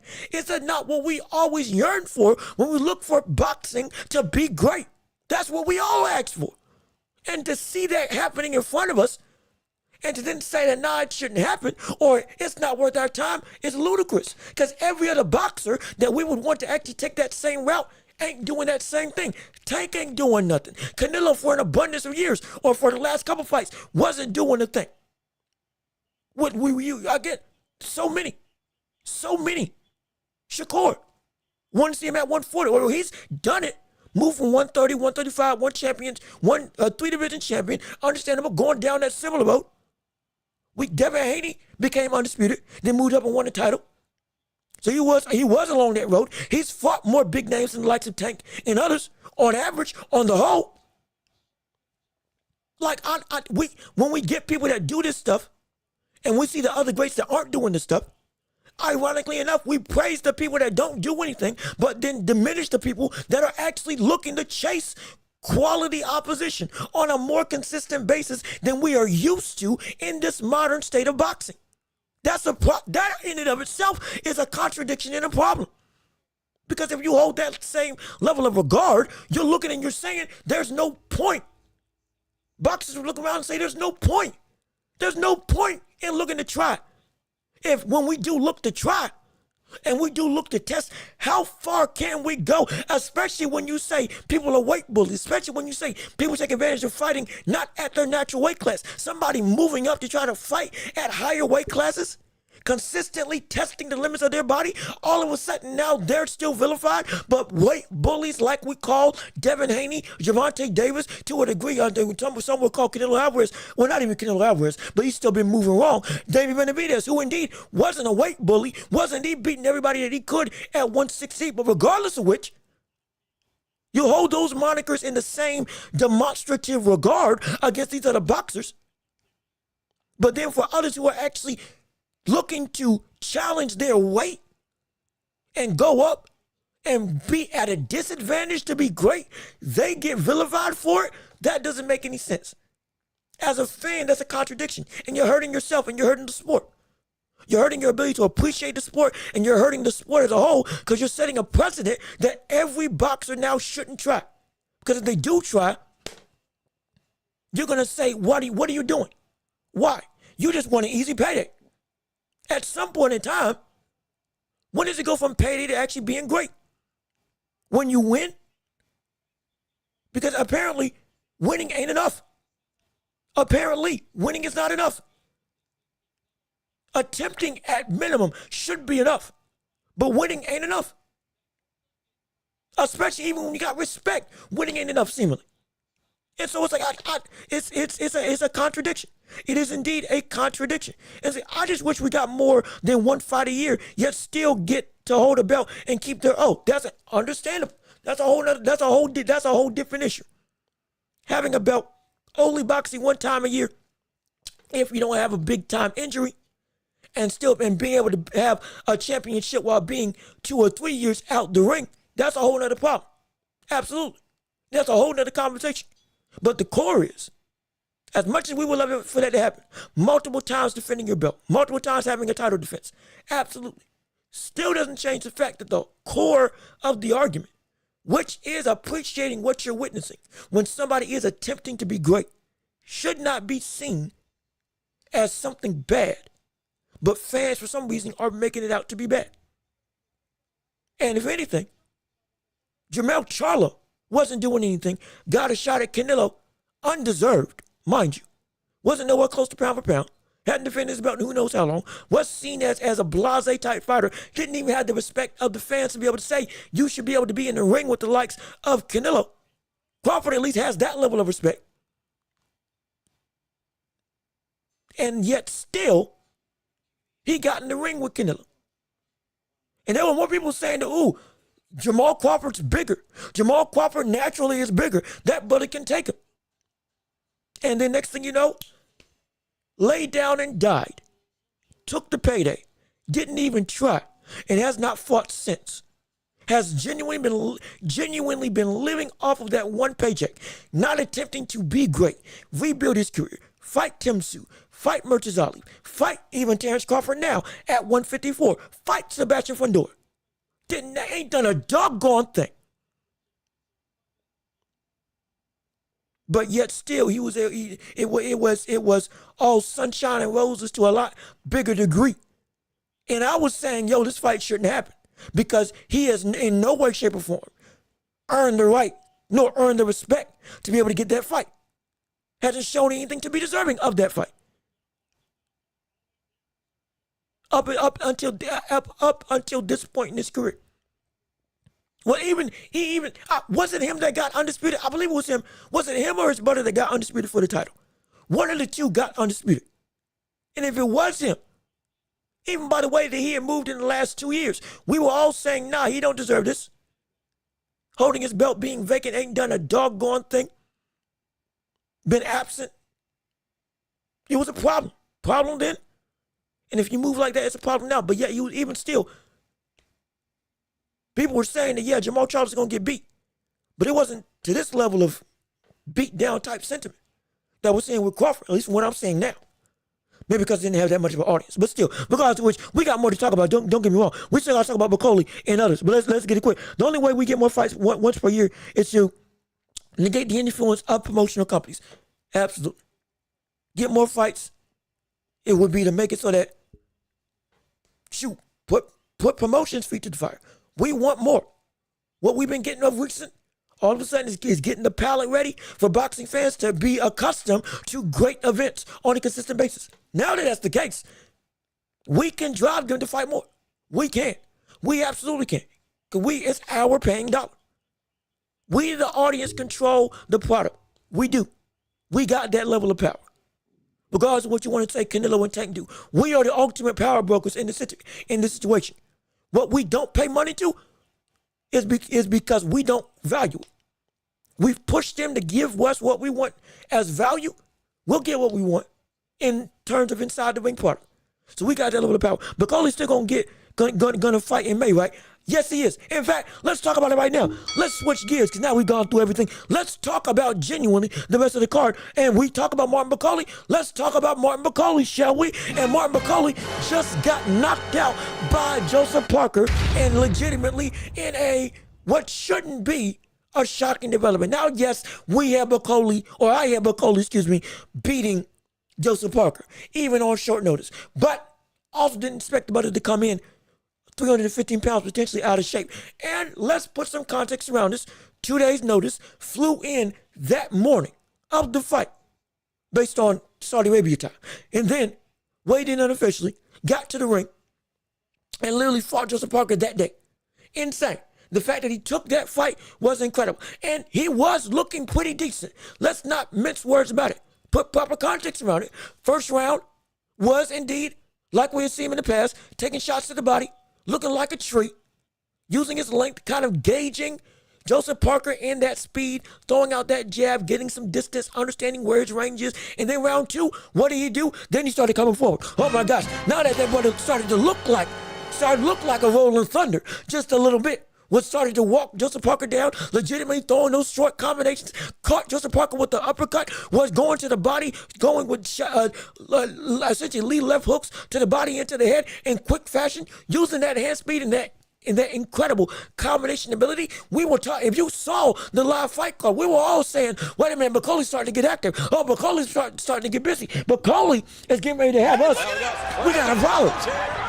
We were all saying, wait a minute, we got a problem. And then don't forget, in the middle of that round, Joseph Parker landed a clean, straight right hand that, caught Bakole flush on the side of the head, on the side of the chin, and Bakole shook it off, legitimately shook it off in front of him like it was nothing, like he just ate a good, like he just ate a good plate of food and was like, oh, I'm ready for more, and just kept on walking forward. Bakole looked like a monster for a quick second, and then when it seemed like he was gaining momentum, when it seemed like the combination was working, when it seemed like he had subtly hurt or at least caught the likes of Joseph Parker and has gotten the respect, Parker lands that overhand right, which I talked about.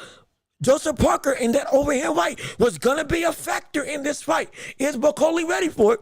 And apparently he wasn't, because he didn't get to train for it. And he got caught with the overhand right that caught him not on the chin, but on the top of the head. And instead of just whipping his chin back, whipped his neck. And it seemed like Bakole was okay at first, but then Bakole started doing the dance that he always does, jiggling and wiggling, rumbling and stumbling, getting in rhythm, but then went to the floor. And the brother legitimately got caught, and he got knocked out, and his corner called the fight. Hey, this is 2 days' notice. He got up and he beat the count, but his corner threw in the towel because it was 2 days' notice. The brother was in a legitimate situation. Don't need to waste our time trying to get back into this fight. We don't want you dazed and hurt anymore, especially with the lack of preparation, especially with you being out of shape. You did some good work. You saved the card. You put on a good display for as long as it lasts. Hey, cut our losses, fight for another day, actively train, and then boom, we'll see you next. And now he's going to get it. Remember, he's also going to fight against FA Job. When Bakole shook his head, I knew he felt it. And again, he did feel it, absolutely. But it's the fact that he ate it. Like, it's the fact that he did eat the punch. And for the rest of that round, it was like you can acknowledge somebody landed a good shot, but also show that it didn't affect you.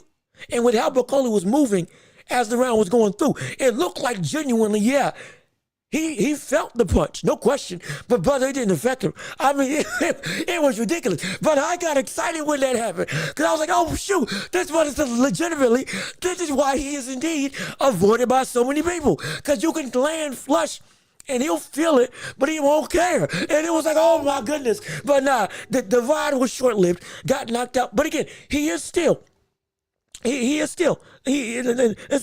trained for stamina, iron stand, but can't train to take a break. Yeah, you're absolutely right, especially on a punch that you haven't gotten to be trained on, which is that straight right hand.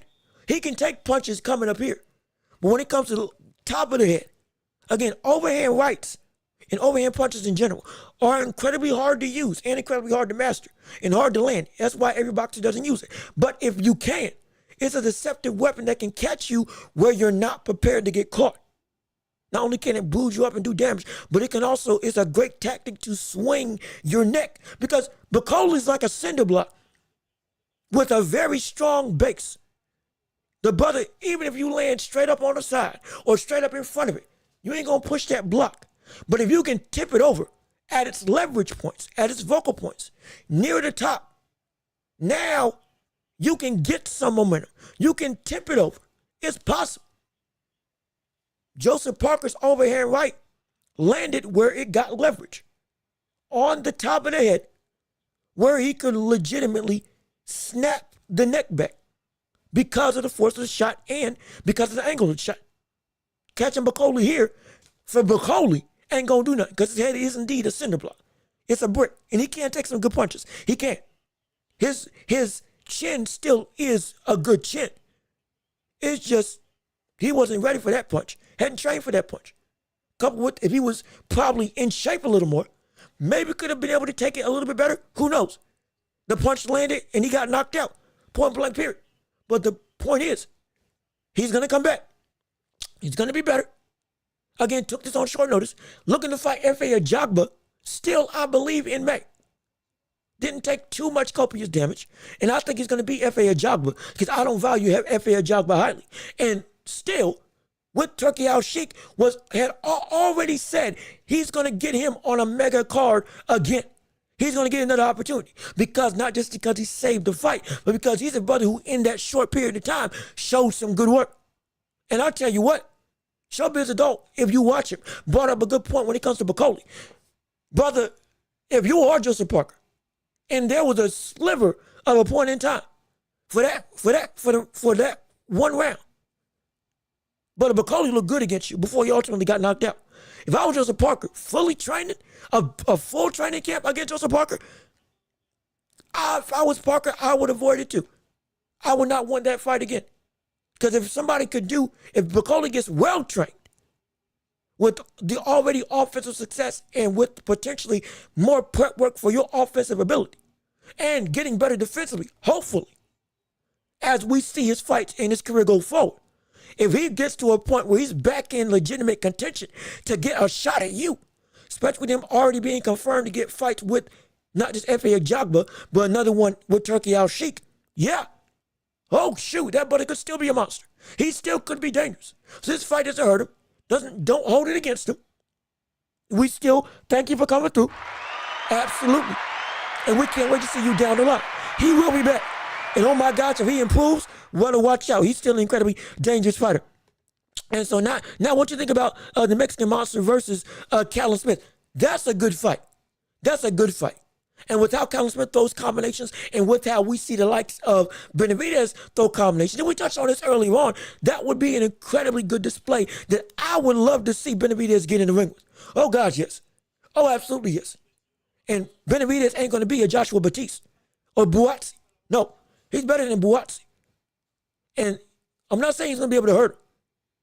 But the volume, as well as the defense that he had, and that he's continued to garner constantly, on top of the ability to still come forward and be a better volume puncher, better than Callum Smith. He is a better volume puncher than Callum Smith, even though Callum Smith, as we saw, is a very good counter puncher, or very good combination puncher, excuse me. And he's got faster hands than Callum Smith. And he can go all 12 rounds, just like Callum Smith likes to do when it comes to his volume and combinations. Oh, I think he can beat him. It's going to be a war. Oh, that's going to be a war. It's going to be an absolute war. But I think he can beat him. I genuinely think he can beat Callum Smith. And most likely we're going to get that fight since we saw Beterbiev lose to Bivol. And that trilogy, more likely than not, is coming down the pipe. But let's see. Parker has the best resume in the division. Look, man, that brother guy, I mean, everybody, wins and losses. He's fought everybody. AJ, he's fought Joe Joyce. He's fought Zhang. He's fought Wilder. Now fighting Bakole. And shoot, there's some names I'm missing. He's fought every single person, every single major person in the heavyweight division. Just about. I mean, it's incredible. No question. No question right now. He's got one of the best resumes in the sport right now. And from a name perspective, he's fought just about every single major name in the division right now. Ridiculous. Absolutely preposterous. And he's only, again, this comeback trend is no longer a comeback. It's a reality. This brother's one of the best heavyweights in the world right now. He deserves either an immediate title shot or, shoot, if I was him, I wouldn't even fight. And let Usyk fight Dubois. Let Usyk fight Dubois. Go ahead. Make that fight happen. And then you immediately get your shot at Undisputed. Guaranteed between that winner. No question. Let it happen. You handle your business. You solidified your mandatory spot. Let Dubois, because he got sick, go on and fight Usyk. Make the Undisputed belt happen. And then boom, you get to then fight for all of the belts. Point blank period. Right then and there. That's what I would want to do. It'd be great. I'm hearing rumors that Bakole took a dive, go down on that first good punch, take a bag, and still fight FA or the IBF finale. No, he didn't take a dive. He didn't. That shot was not a dive. That shot was the same shot that we saw the likes of Mike Tyson land against what's his name? When Tyson won his first title, breaking Floyd Patterson's record for the youngest heavyweight in history against Trevor Burbick.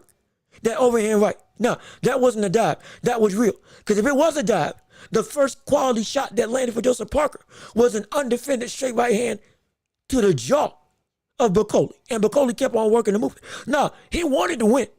His corner just called it once he got knocked down because there's no need to risk an investment and risk my fighter if you get knocked down this early.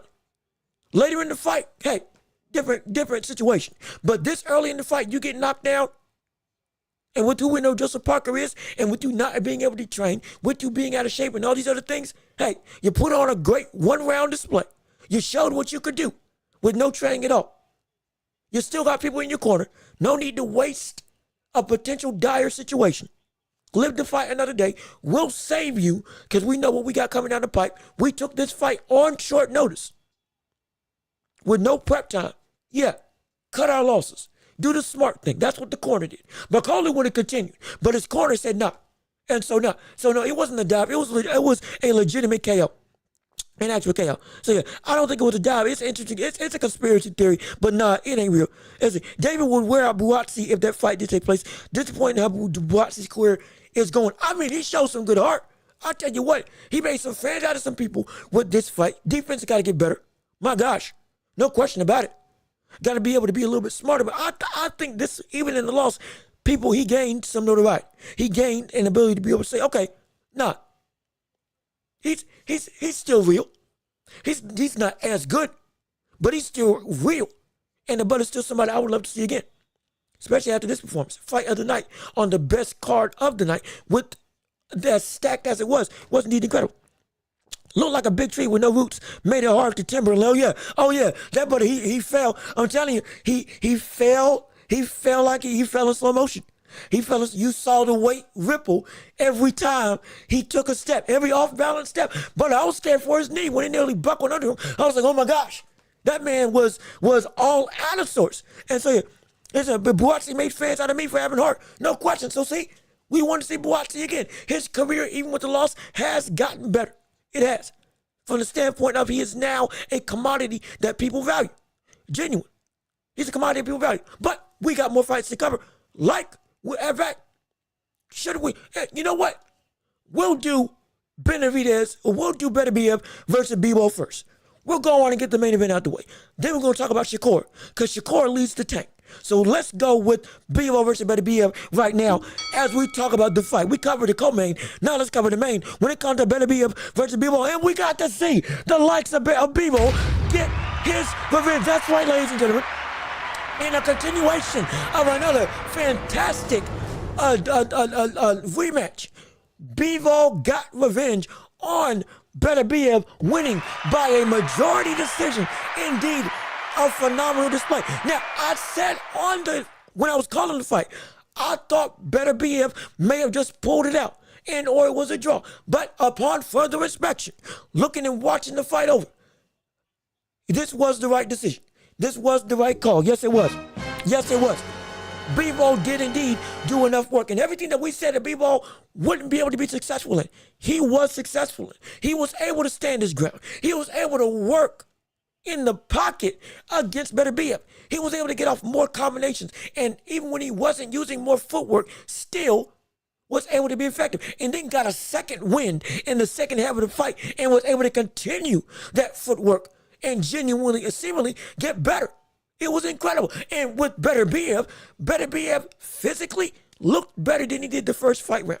Was even more effective at cutting off the ring. Had a faster start and was able to more effectively put on the pressure to Bivol. And it looked like that he was indeed going to get Bivol potentially out of it. The knockout that we all thought was coming because he started to work early. In fact, I think in the first breakdown of the first fight, I was saying that was one of the better things I wish he did. Start earlier and get more pressure early on in the fight, which what Beterbiev did. Throwing that, again, patented double jab, straight right hand, throwing right straights to the body, continuing to cut out the ring and stalk down Bivol, forcing Bivol to have to use his legs just like in the last fight, but even earlier on, seemingly gassing out Bivol by making him have to overwork to be safe. But Bivol still against what we thought was going to happen. But he pulled it out. He made all the proper adjustments and was genuinely showing not just good heart, but better combination punching. But winning the trades in the exchanges. Using his hand speed to beat and overwhelm Beterbiev in those shots. And when he did get caught, when he did get countered, when he did get hurt and rocked by Beterbiev, he still was able to keep his composure and still would not relent at being in an offensive-minded state, which, again, put him in more danger, no question. But it turned out to be a payoff that was indeed worthwhile. And his chin is better than we ever expected. Oh, my gosh. I can point out about 6 times that brother got caught clean in exchange. I mean clean. In exchange, they're just throughout the fight with that straight right hand by Beterbiev, and he was able to keep on standing when he was in mortal danger, when he had no defense to be able to stop that punch coming, and still was able to keep going. I mean, props to him. Props to him. And he won the later stage of the fight. Beterbiev won round 12, absolutely. But it was the late second half of the fight. Bivol won the first half. Bivol won the first 2 rounds. Beterbiev won rounds 3 and 4. And in between rounds, 5, 6, 7, and 8, Beterbiev was taking it. I mean, just taking it. Clean sweep. It looked like he had control.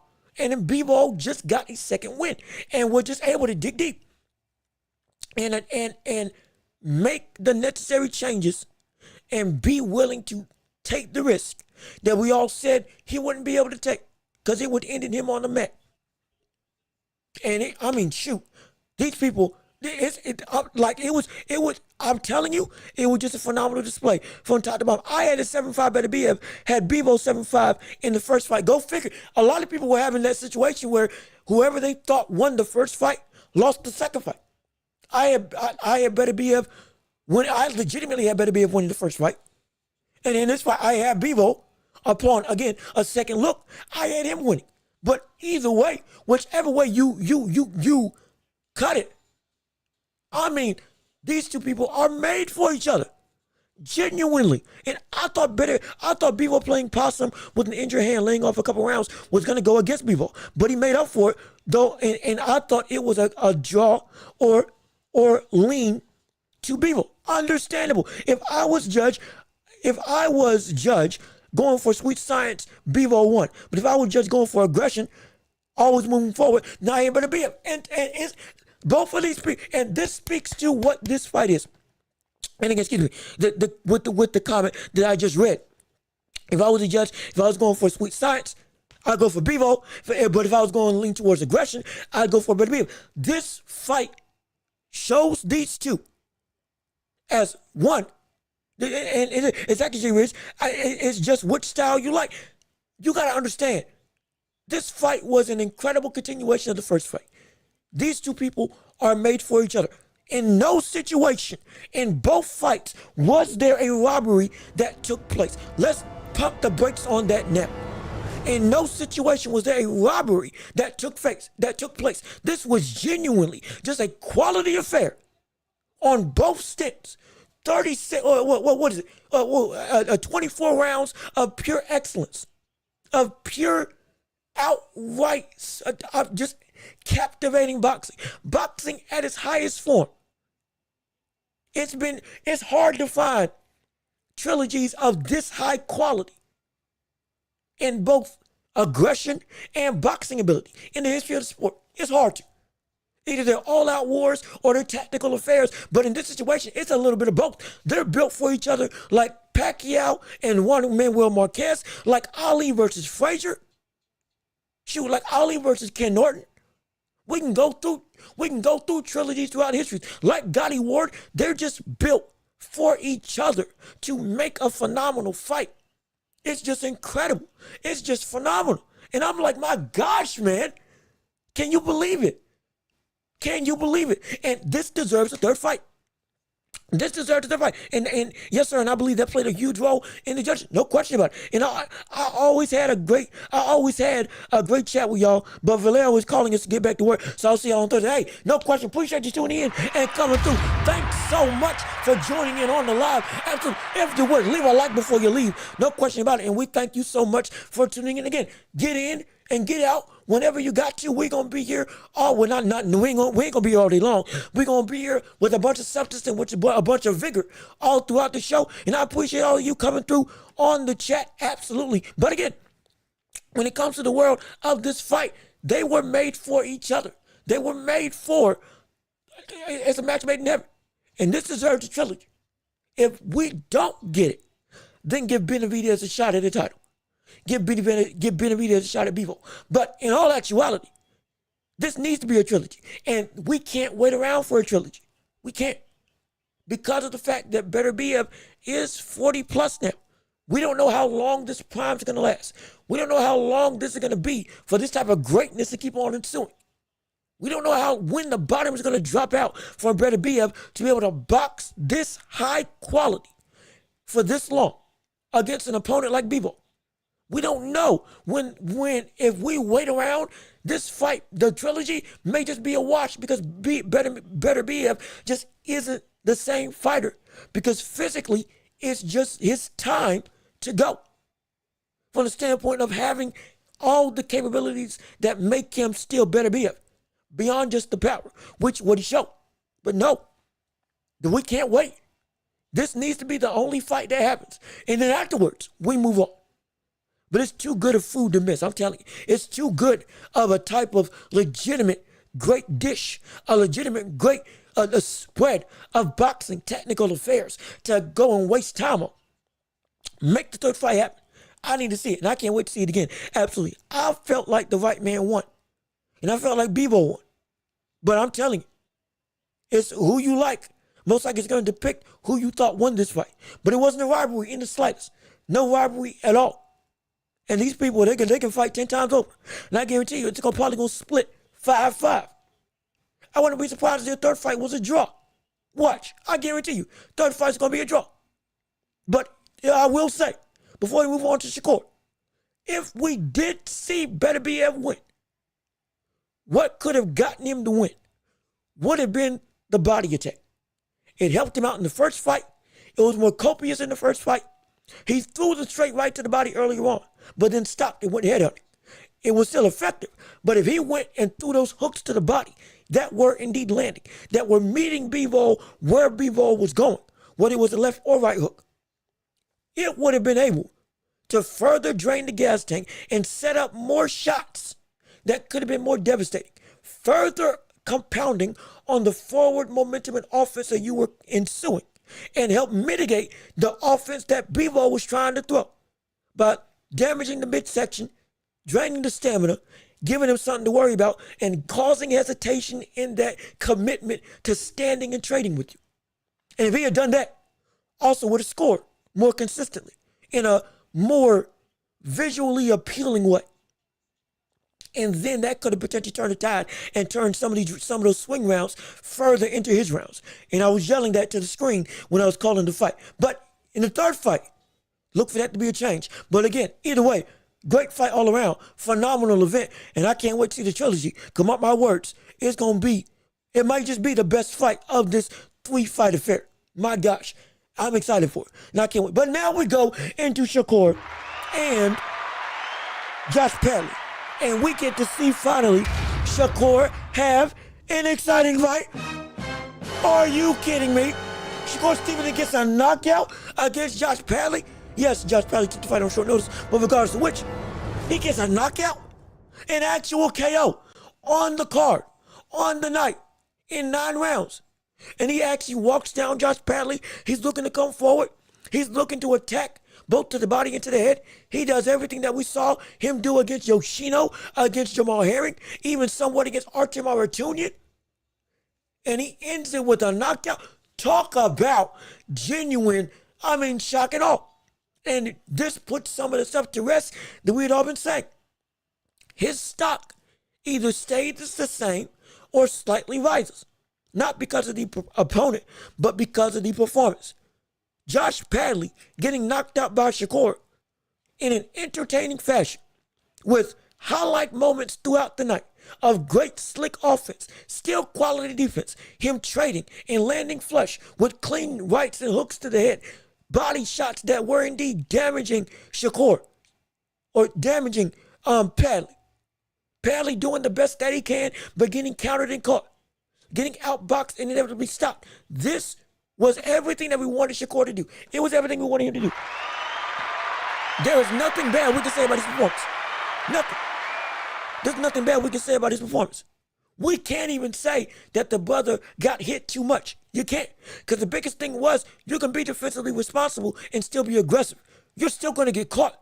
But trust your ability to come forward and to go and bring the fight to your opponent and mitigate as many risks as possible because your boxing ability can do that. Shakur did just that. And he put on a great display, a flashy display. Was fighting like the bigger fighter. Was fighting like the better fighter. Was fighting like a boxer that was looking to end the night, not just win the night. Can you believe it? Can you believe it? Like, can you actually believe it? There is nothing bad I can say about this performance. Nobody should be saying anything bad about this performance.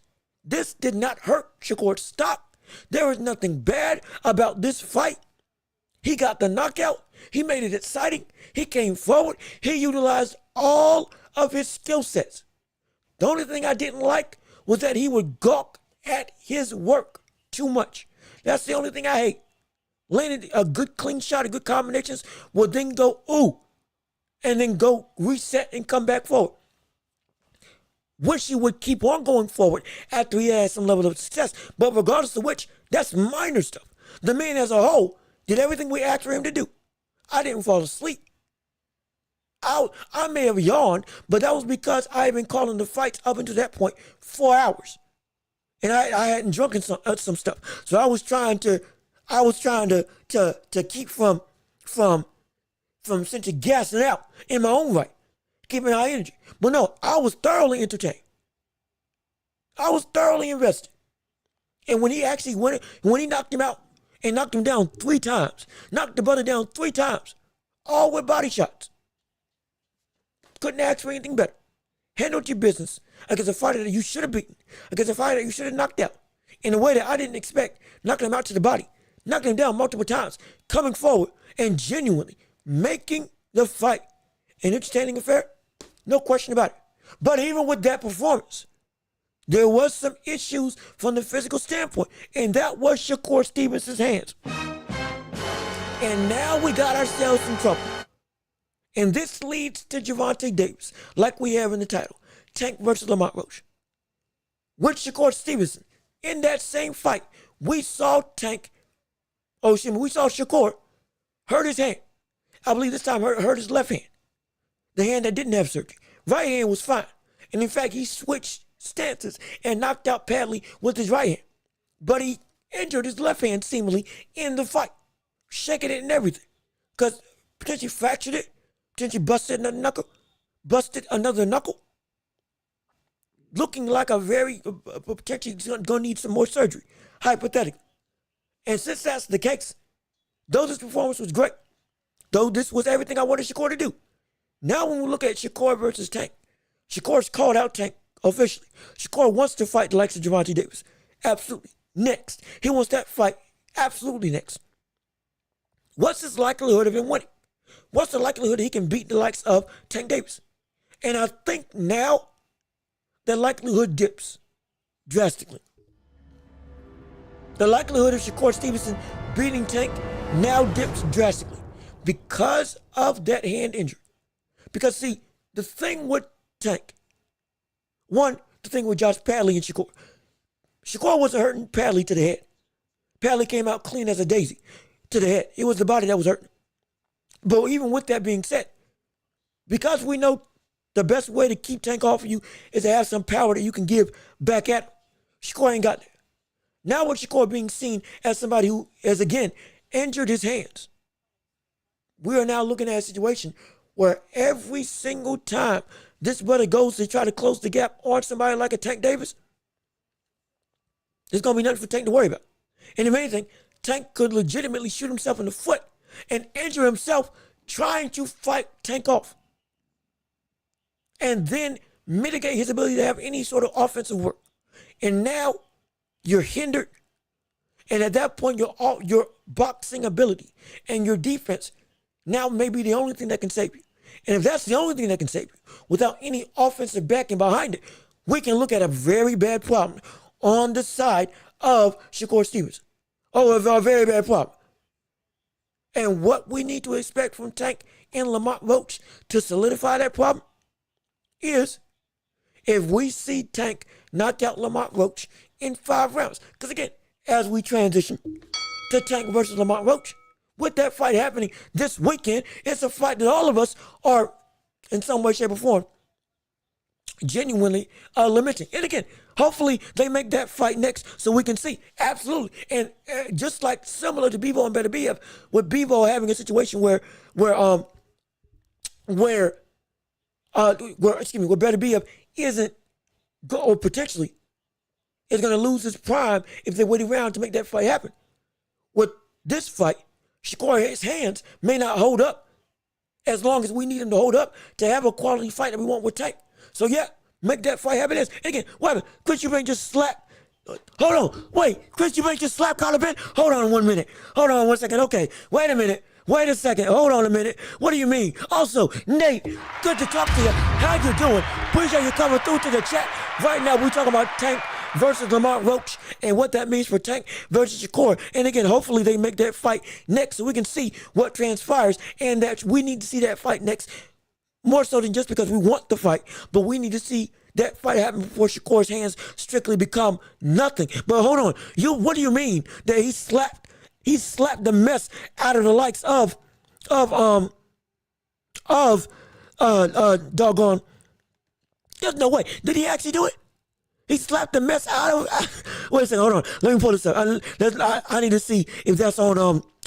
If that's on, that's got to be on Twitter. Shoot, that's got to be on Twitter. If it is on Twitter, I'm gonna find it. My gosh! But while I'm searching for the clip, I'm still gonna be talking about the fight. And as we're talking, understand with this fight with Shakur and Tank, or with Shakur and Lamont Roach, leading into Shakur and Tank, this fight with Tank and Lamont Roach is going to end in knockout.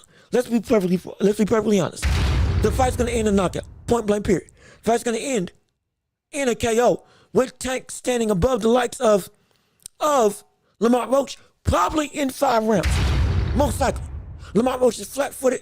I've seen Lamont Roach get off balance. Lamont Roach doesn't have the same defensive abilities to stop Tank from mitigating whatever offense he wants once he fully downloads and digests what your game plan is. He's not fast enough for Tank, though he is taller than Tank. And even with the power that he does have at his disposal, which again is good. It's not great, but it's good. Coming up from 130, I don't think it's going to be more. I don't think it's going to be anywhere close to enough to be able to have the ability to hurt the likes of Tank. And we're going to see that brother get cold caught, get knocked out. It's going to be an easy payday and an easy event. And so let's see. Hold on. Wait. While we're talking, let me see real quick. Is this the thing? This is okay. Okay, is this on YouTube? Okay, thank goodness this is on YouTube. Here we go. Yes, on YouTube. Okay, I think I just pulled it up right now. Let's see if you all can see it. Let's see if you all can see it as we go into picture in picture. Is this it? Let me see. Feud goes on. They're talking. Oh my gosh. Oh shoot. Oh, and they go at it. That one wrong, didn't I? Yeah, buddy. Yeah. This is what we want to see, baby. This is what we're looking for. This is what we want. This is what we want. Look at him. Look like a Rottweiler. Just can't be contained. Fighting for his life. That's true, but he's doing everything he can to get free, to get loose, to try to get back at Chris Eubanks Jr. My gosh, this is what we've been waiting on for April 26th.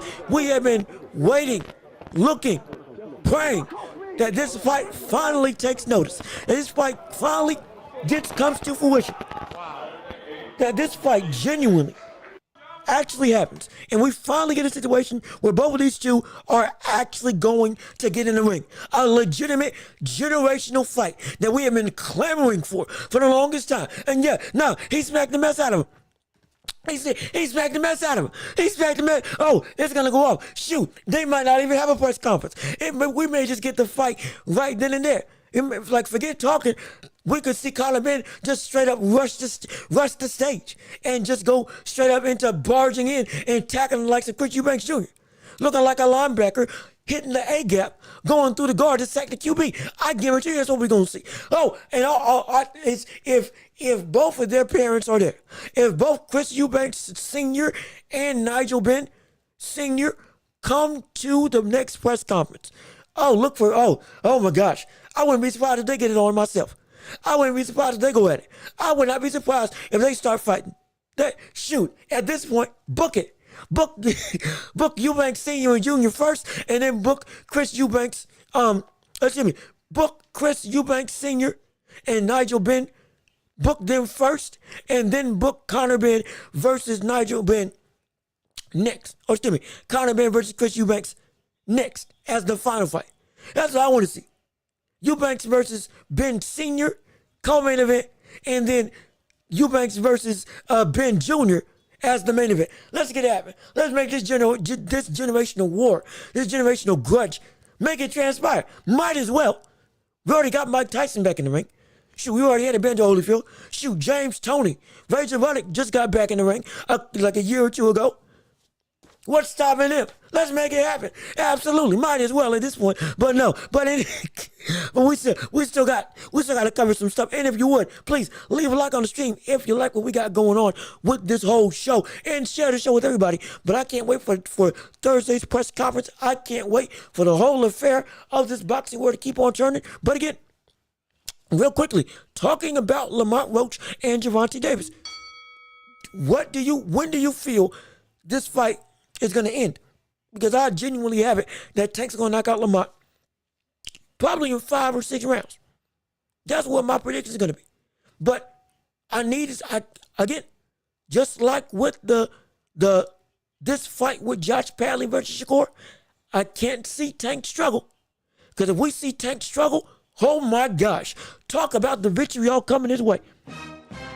I mean, if we ever see Tank get rocked in any way, shape, or form, or even if this goes the distance against somebody like a Lamont Roach, again, we respect Lamont Roach, but nowhere close to the level of a Tank Davis.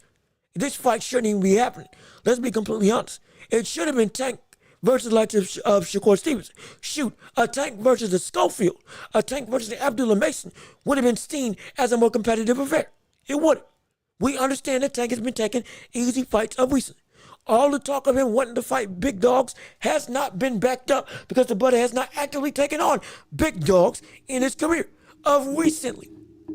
Again, Pedraza, Leo Santa Cruz, Ryan Garcia, Mario Barrios, and then now, again, we can put Frank Martin as a good fighter on his resume. But those are some of the 5 best wins on his card. On the whole. Everybody else? Nah. It's nah. Gamboa shot the Kingdom Come by the time he fought him. He fought Gamboa, and Gamboa busted his Achilles mid-fight and still went 12 rounds with the brother. It's a problem. Tank right now is at the last 3 fights of his career. The beginning and the end of the farewell tour of Tank starts this weekend. We need to see him go out with a bang. Legitimately with knockouts in every fight. And legitimately, and specifically in this fight, he cannot struggle. He cannot be in any given situation where he is in a bad state, or he's looking bad, or he's going the distance. He's got to knock him out and look flawless in doing so. Because he's going to get so much hate if he doesn't. He's going to get so much vitriol if he doesn't. He's going to get so much flack if he doesn't make that happen. And shoot, at this point, this fight may help dictate what we can see from the likes of Shakur Stevenson. Will it? Most likely not. But regardless of which, it's at least going to help set up how much of a competitive advantage we're going to see the likes of him and Shakur, or of him versus Shakur. Because Lamont Roach, we don't think that it has the power. We know Lamont Roach ain't nowhere close to a boxer that Shakur is. Nowhere close defensively. Is more prone to get caught.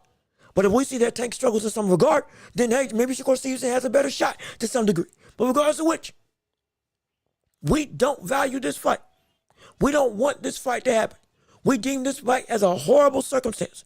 And we deem this fight as a cherry pick in the most egregious of regards.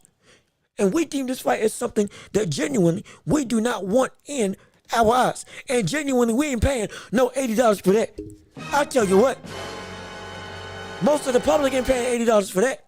I promise you that. The majority of the public ain't paying no money for this after what we just got in Saudi Arabia this past weekend. You think we're going from that to this? Oh, you're out of your mind. You're out of your mind. I guarantee you, this card may just do horrible. This may just be one of the worst pay-per-view buying cards that we've seen in Tank's career. No question about that with what we've been seeing right now. Yeah, and Eubanks smacked him with the egg in his head. I'm serious. And wait, hold on. Wait, was it with actually, wait a second. Was it with the egg in his hand? Hold on. Wait a second, let me go back. Let me go back. Let me go back. Wait a second. Wait a minute. What do you mean he was with the egg in his hand? There's no way. Don't tell me that that's real. Listen, because Jean-Luc is crazy. I want a free ticket to the fight. I'm going, whoa, wait a minute. Hold on. We got too much news coming. Hold on real quick. Let me go through.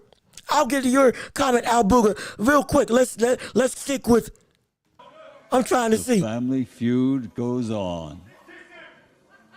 Did he actually have an egg in his head? Oh, Tempest.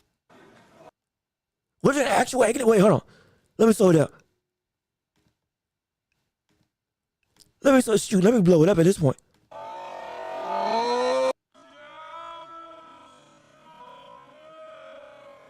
Looking down, was there an actual egg in his hand? Family feud goes on. Going through. Acts like he's trying to listen.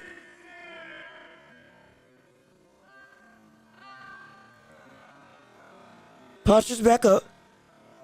Oh my gosh. Oh, what? What? No, what? Oh, shoot. Yo. And are you kidding me? He actually slapped him. This man actually slapped him with an egg in it. Are you serious? What the? Yo. Nah, that's it. Nah, that's wild. That's crazy. Yo, that is it. That's crazy. That's ridiculous. What? Oh, this is living up to the hype. Oh my gosh. Look, let me tell you something. Look. This fight, at least in the build-up, is going to be everything that we expected this fight to be. This fight is going to be everything that this is one of the more disrespectful things I've seen. Like, brother, he got him. I'm telling you, brother, he got his butt. One of the most disrespectful things I've seen.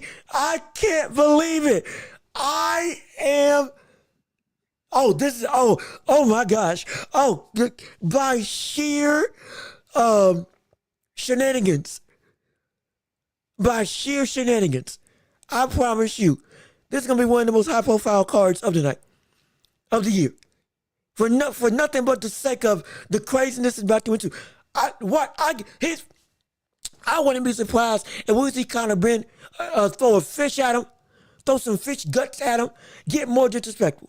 Like, who knows? Like, brother, if Eubanks wasn't in Benn's head, like he's in and out, like, brother, if we already know Conor Benn is a high-headed individual. Now, all the more, this man is a house on fire. This man probably won't be able to sleep tonight. This one is going to genuinely be seen as somebody who is just in fits, titties and fits, trying to just egging for this brother. This brother gonna show up in a whole sweat by come Thursday.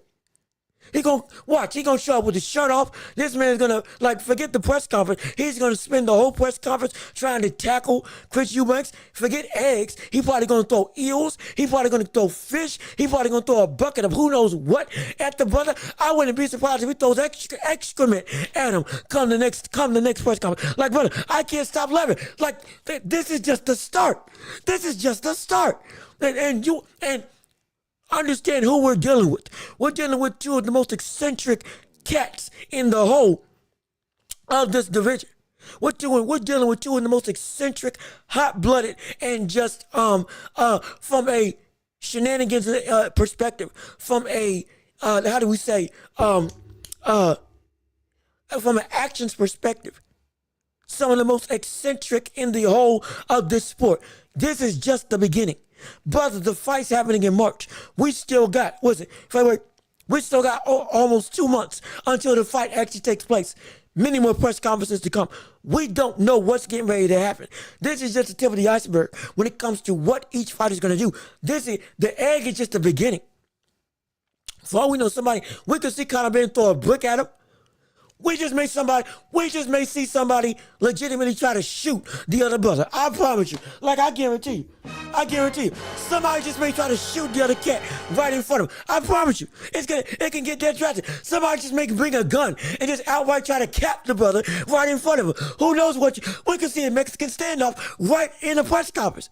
We could legitimately see that. Conor Benn, his dad, Chris Eubanks, his dad, going through essentially when they go face to face with each other. Next thing you know, everybody pulls out a Glock. We don't know who's coming through. They got people and goons in the crowd. Everybody's at it. We don't know what's going to happen. It can be that volatile.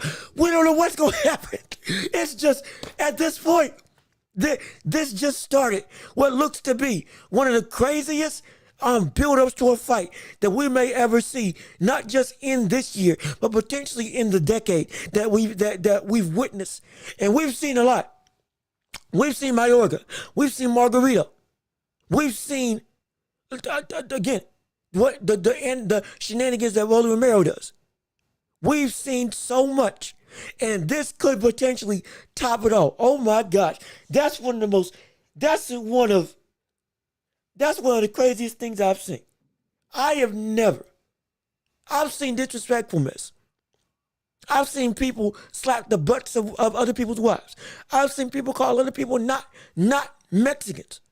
The ultimate form of disrespect in the Mexican culture. I've seen so much. That is right up there. That's right up there. This right here is right up there with one of the most distasteful things. One of the most, just belligerently disrespectful things I have ever seen happen in the boxing world. My gosh, the best is yet to come. I can't wait. This is just phenomenal. Oh my goodness, this is incredible. Shoot. If I wasn't amped up about it before, I'm damn amped up about it now. My gosh, that's preposterous. The question is why? That's the question. Why did he have an egg in the first place? What's the worst? Why was it there? Why was this what he thought about? This man was sitting with an egg in his pocket the entire he came to the press conference with an egg in his hand, genuinely waiting just to get this opportunity, assuming that they get this close, assuming that it was going to pan out, that he was going to have time to be able to slap him. And what type of insane, multi-level, forward-thinking type of evil genius, master manipulator do you have to be to plan this far ahead? To think this is some evil. This is some supervillain type stuff. That's what this is. And Conor Benn, okay. Oh yeah. Oh, he's crazy. Oh, he's diabolical. Oh my gosh. Oh my goodness. Oh my gosh. Oh my gosh. It makes all the sense now. My goodness. It makes all the sense in the world now. For those of you who don't know, and we did cover this way back earlier in the show, before we got better technically with all this stuff that we're doing on the stream, before we were doing live podcasts, Conor Benn had failed drug tests. And assumedly it was because he had eaten a bunch of eggs that caused him to pop dirty. Hence, he was banned for a year and a half before ultimately coming back, lost all his power, but regardless of which, the eggs that he ate, what was it, 100 a day? He had been eating 100 eggs a day, and that was why he got caught, because what eggs are made up of, if you eat so many copious amounts of it, you can get that, whatever drug that he got popped with, it can become apparent in your system when in actuality it was clean. One of the biggest bold-faced lies we had seen, but regardless of which, eggs have become a legitimate staple to the Eubanks, to the Conor Benn name, because it was a preposterous excuse. He remembered that and brought an egg. This cat remembered that, brought an egg to the event and slapped him upside the head. I'm sick. This man is a supervillain. This cat is he's a supervillain. He's an evil genius. This man is, oh my gosh, this is insane. But if we want to, for my Marvel fans out there, like in front of everybody, and I'm slow. I didn't catch I didn't catch it until somebody brought it up. And this brother did it because he popped dirty because of supposedly eggs. And it's like a full circle. Like, nah, if anybody's a fan of Marvel, and if anybody's seen the latest caption to, or the latest Captain America Brave New World movie, so says the leader. That's how much of a forward-thinking brother this is. I mean, this man is on par with Batman at this point. Oh, that is, you know what, Turkey, I see why. I see exactly why you couldn't stop laughing. That is one of the most satirically evil, disrespectful, long-term storytelling, absolutely distasteful yet petty type of mess of a move that I've ever seen in box. That is so insane. And the fact that I'm like, that's incredible. That's like somebody stopping Canelo with a piece of. That's just like that. That's exactly like that. That's like somebody bringing a steak to Canelo, a raw piece of steak, and when they face off against each other, slapping Canelo upside the head with a piece of steak because he popped for Bivol, because something was in the steak that he ate that made him pop dirty. I mean, oh my gosh.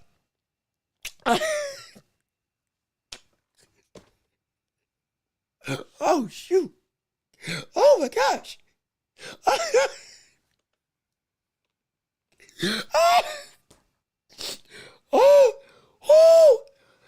Okay, all right. Yeah, all gloves are off now. Oh, I can't wait for Thursday. Oh my gosh, I can't wait for Thursday. I wish. I'm telling you, I wish I had the rights to be able to show press conferences live, because I would be showing that press conference on this channel, talking with you as we witnessed exactly what the world we could see. Like, talk about, I'm fully invested. This is now one of my most anticipated fights of the year. I'm so invested in this fight, you wouldn't believe it. It's ridiculous. This is now one of my most high-profile fights that we will ever see. Oh, we're making a full breakdown of this fight. Oh, we're going through everything.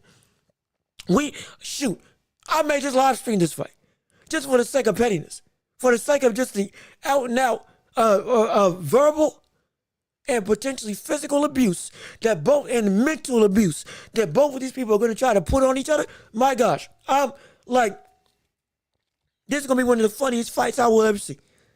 From the trash talk to the shenanigans to the mental mind games, who knows what somebody's going to bring. I'm sick. I'm sick in the best way. I can't wait for this fight. Oh my gosh, this is insane. This is stupid. Jaime should have slapped Jaime should have slapped Canelo. At this point, if we knew that this was on the table, hey, might as well have done it. Too bad Bud wouldn't do something like that. Look, let me tell you something. If Bud Crawford, let me tell you something right. Where's my sound effect? Let me tell you something right now. If we see Bud slap Canelo with a piece of meat upside the head, if we see Bud slap that brother clean across the face with a piece of meat, I'm talking about leaving steak juice and all, sliding in front of his face, blood and everything, just all on him.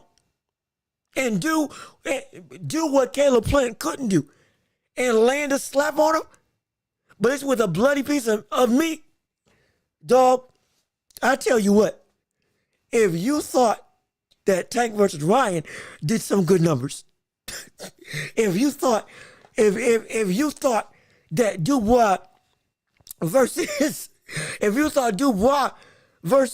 Joshua broke records for in stadium attendance, if we saw Crawford slap Canelo with a piece of meat, not only would it change everything about how we view Crawford, but that would be on par with one of the highest grossing fights we would ever see in boxing history. That would rival, that would beat Tank and Ryan. That would, I dare say, with the social media age right now and the amount of stuff that would go streaming throughout the airways, I dare say that fight would rival the likes of Pacquiao versus Mayweather. I promise you. Oh, I guarantee you. They may just have to book a new stadium with a month left. If that fight does happen, that would be one of the most insane. And I tell you, Canelo would be hot. We ain't seen Canelo angry until we saw that. We would see Canelo hotter than we've ever seen him before. Brother, Twitter would shut down. Twitter would break. Crawford would gain fans that everybody would call, that Crawford would gain so many fans that hated on him just because he slapped Canelo with a piece of meat. It was as petty as we've ever seen him in his career. For that alone, he would have Spence fans cheering for him. Shoot, he'd have Tank fans cheering for him. And Tank fans right now hate the brother because he spoke out and saying he don't like Tank.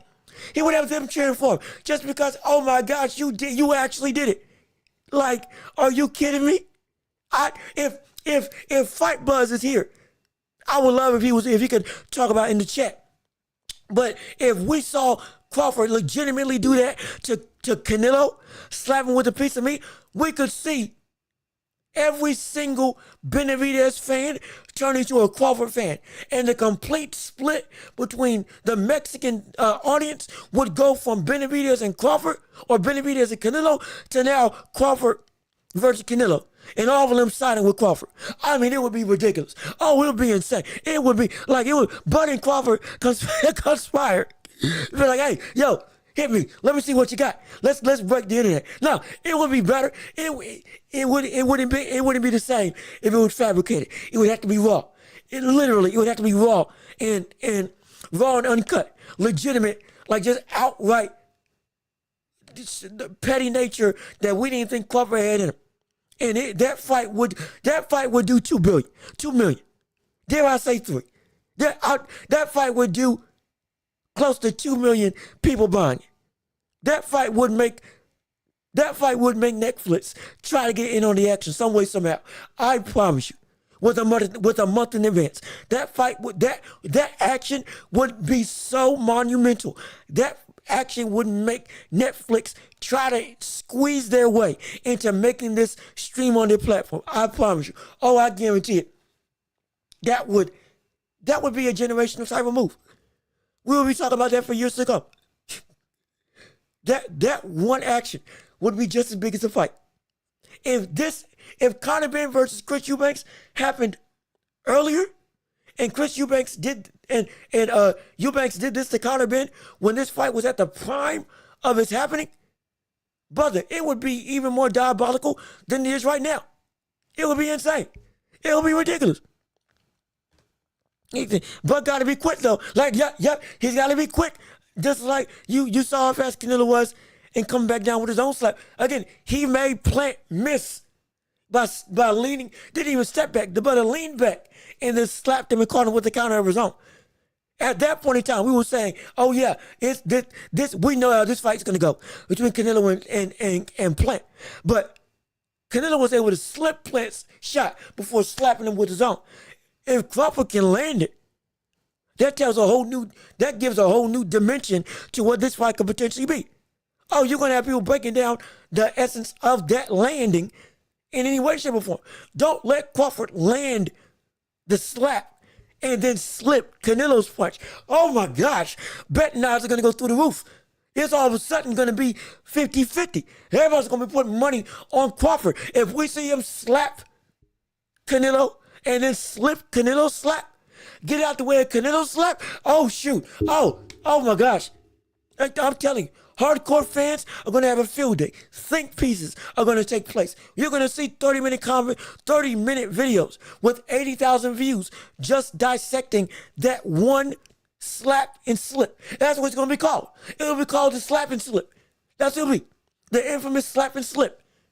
Good old SS. That's what it's going to be. The slap and slip that we saw Crawford do to Canelo.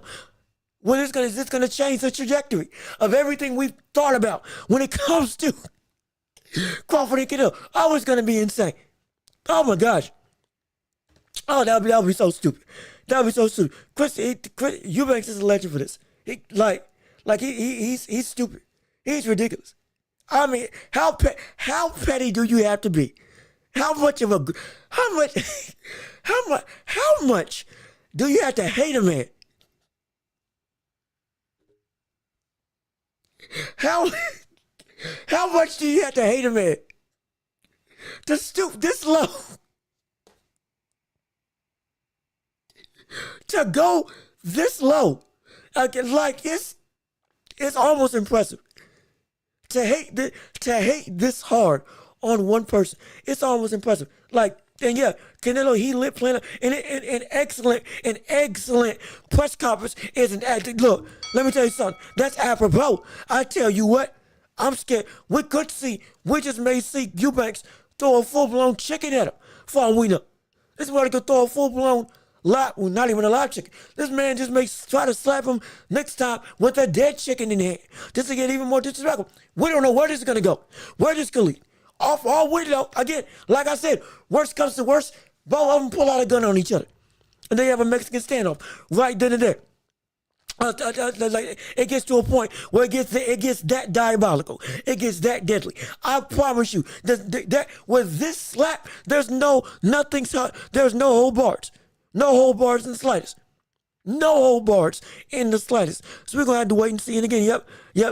Bud wouldn't land it. Canelo's head movement is insane. And again, he may not.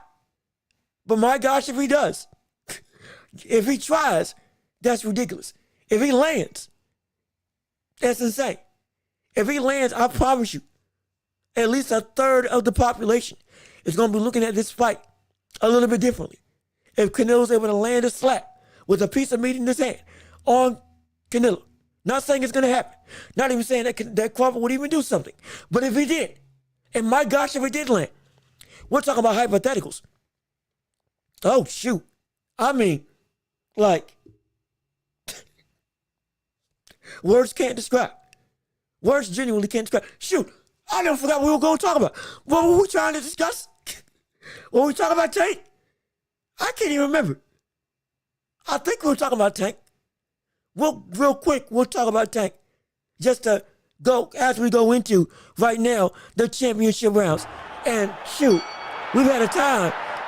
Right now, we're in the championship rounds. Last 30 minutes to an hour of the show. Whatever you all want to discuss, anything and everything is up for grabs on the docket. In fact, let me put out the banner of the thing. Chat. But we here and we live. Gosh, I can't spell today. My goodness.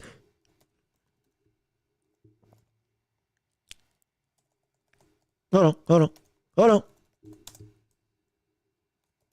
Wait a minute.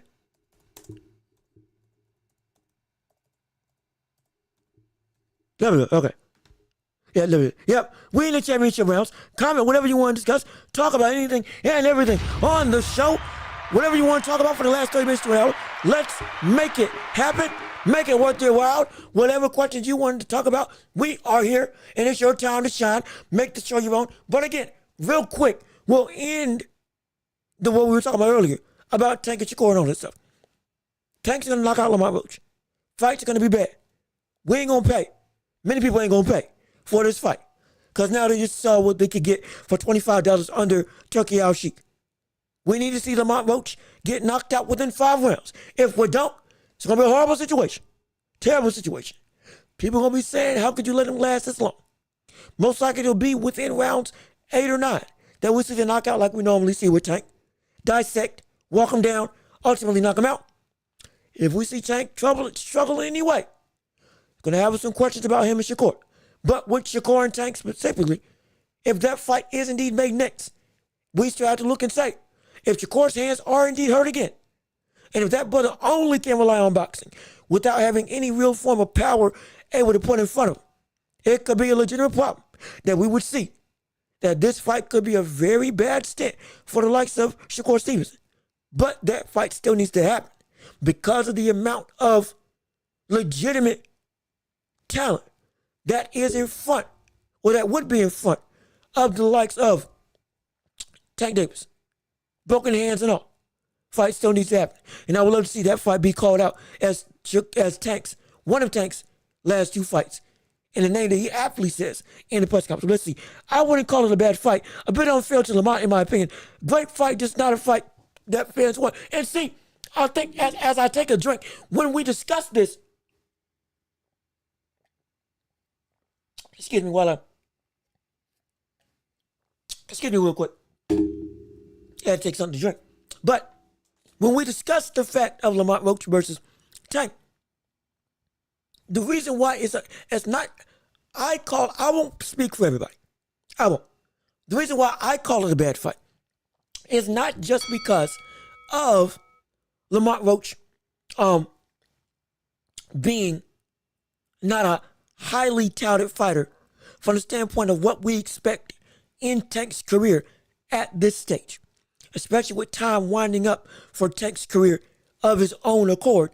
Only 3 fights left and he's done. It's a bad fight because even from a talent for talent perspective, again, if you really want me to break down the fight, I'll break down the fight. I did it earlier, but I'll do it now. Everything that Lamont Roach is everything that Tank can capitalize on. And there's nothing that Lamont Roach can do to really make Tank have to worry. On top of with him just becoming a champion, with him being a little bit up there in age, with him being tenured, and with him as a stylistic fighter, being flat-footed, can throw himself off balance when he tries to throw his own power shots. It's somebody who is susceptible to legitimate big shots all fight long. Defensively is not where he needs to be.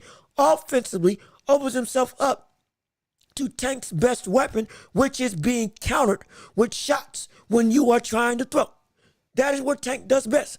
And Lamont Roach is built for that level of ease of access when it comes to Tank's game plan. And the legitimate ring IQ is something that Lamont Roach doesn't have at his own disposal. The power that Lamont Roach has, well, again, we may respect it. It is not something that is spectacular that has us looking and saying, yeah, you can take him.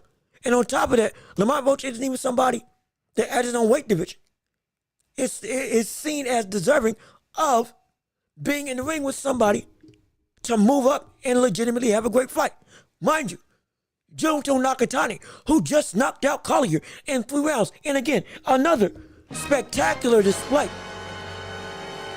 Junto Nakatani is a fighter who we talk about as moving up to fight against Naoya Inoue, because he's fought and has showed consistently against high-level competition at the weight class just under Tank, or just under Inoue, that yeah, he's ready to move up. He is dominant. He is within the same skill set threshold, and that fight would be a quality fight if he ever moved up to 122. No question. Lamont Roach is a man who, if I show you his screen right now, that's all. Okay, so yeah, so you're with me when you say he gets sparked out. So we agree on him getting knocked out, but the reason why I say it's a bad fight is because of the other elements more than just him getting knocked out. I am not saying it's a bad fight strictly because Tank will knock him out.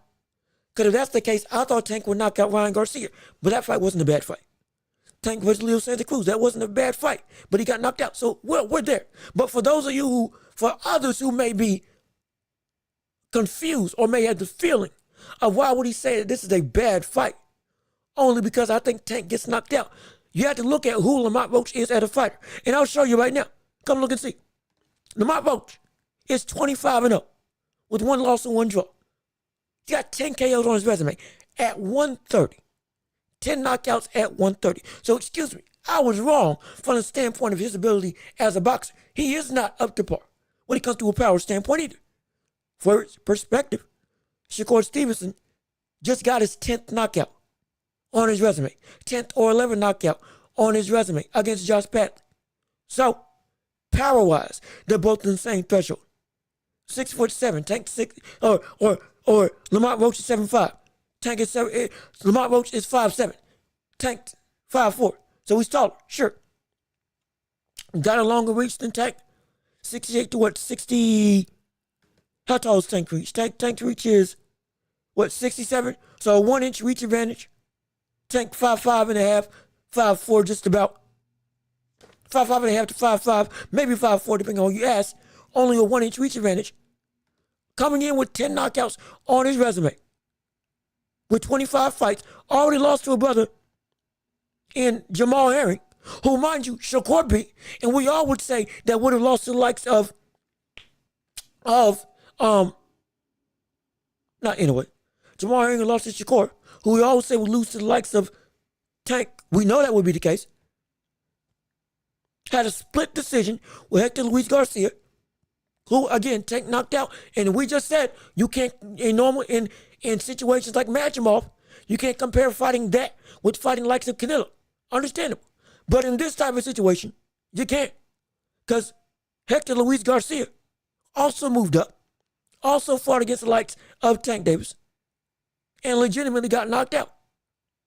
And that fighter beat the likes of, or struggled, and lost to the likes of Lamont Roach. And we all don't value Lamont Roach as highly. Genuinely. And so it's like, hey, there's a legitimate cause for pause. And this has been, to this point, far and away, the best fight he's ever gotten in his career. And the man, genuinely, at this stage in the fight, in fact, I thought this brother was a champion at 130. No, he was, excuse me, he was a champion at 130. I'm sorry, he was a champion at 130. No question about it. But if you look at the resume, if you look at the names, and you go through the legitimate talent that he has faced, and on top of that, who Lamont Roach is as a fighter, who is a person who indeed has a lot of holes in his offensive game, is defensively flat-footed, can be aggressive, but once he gets aggressive, a lot of that defense goes out the window. Doesn't have the power to keep the likes of even the people at 130 to be able to stop and come at him. Now he's going to get somebody like a Gervonta Davis, who is indeed one of the best talents in the world, one of the best boxers in the world, has shown that Lamont Roach is not even in the same gym, the same sidewalk, dare I say the same state as the talent level of a Tank Davis. Yet he is getting this opportunity that, mind you, Tank was the one that made this fight. Wasn't that Lamont Roach came forward and said, yeah, let me get the likes of Tank. Tank went and got him.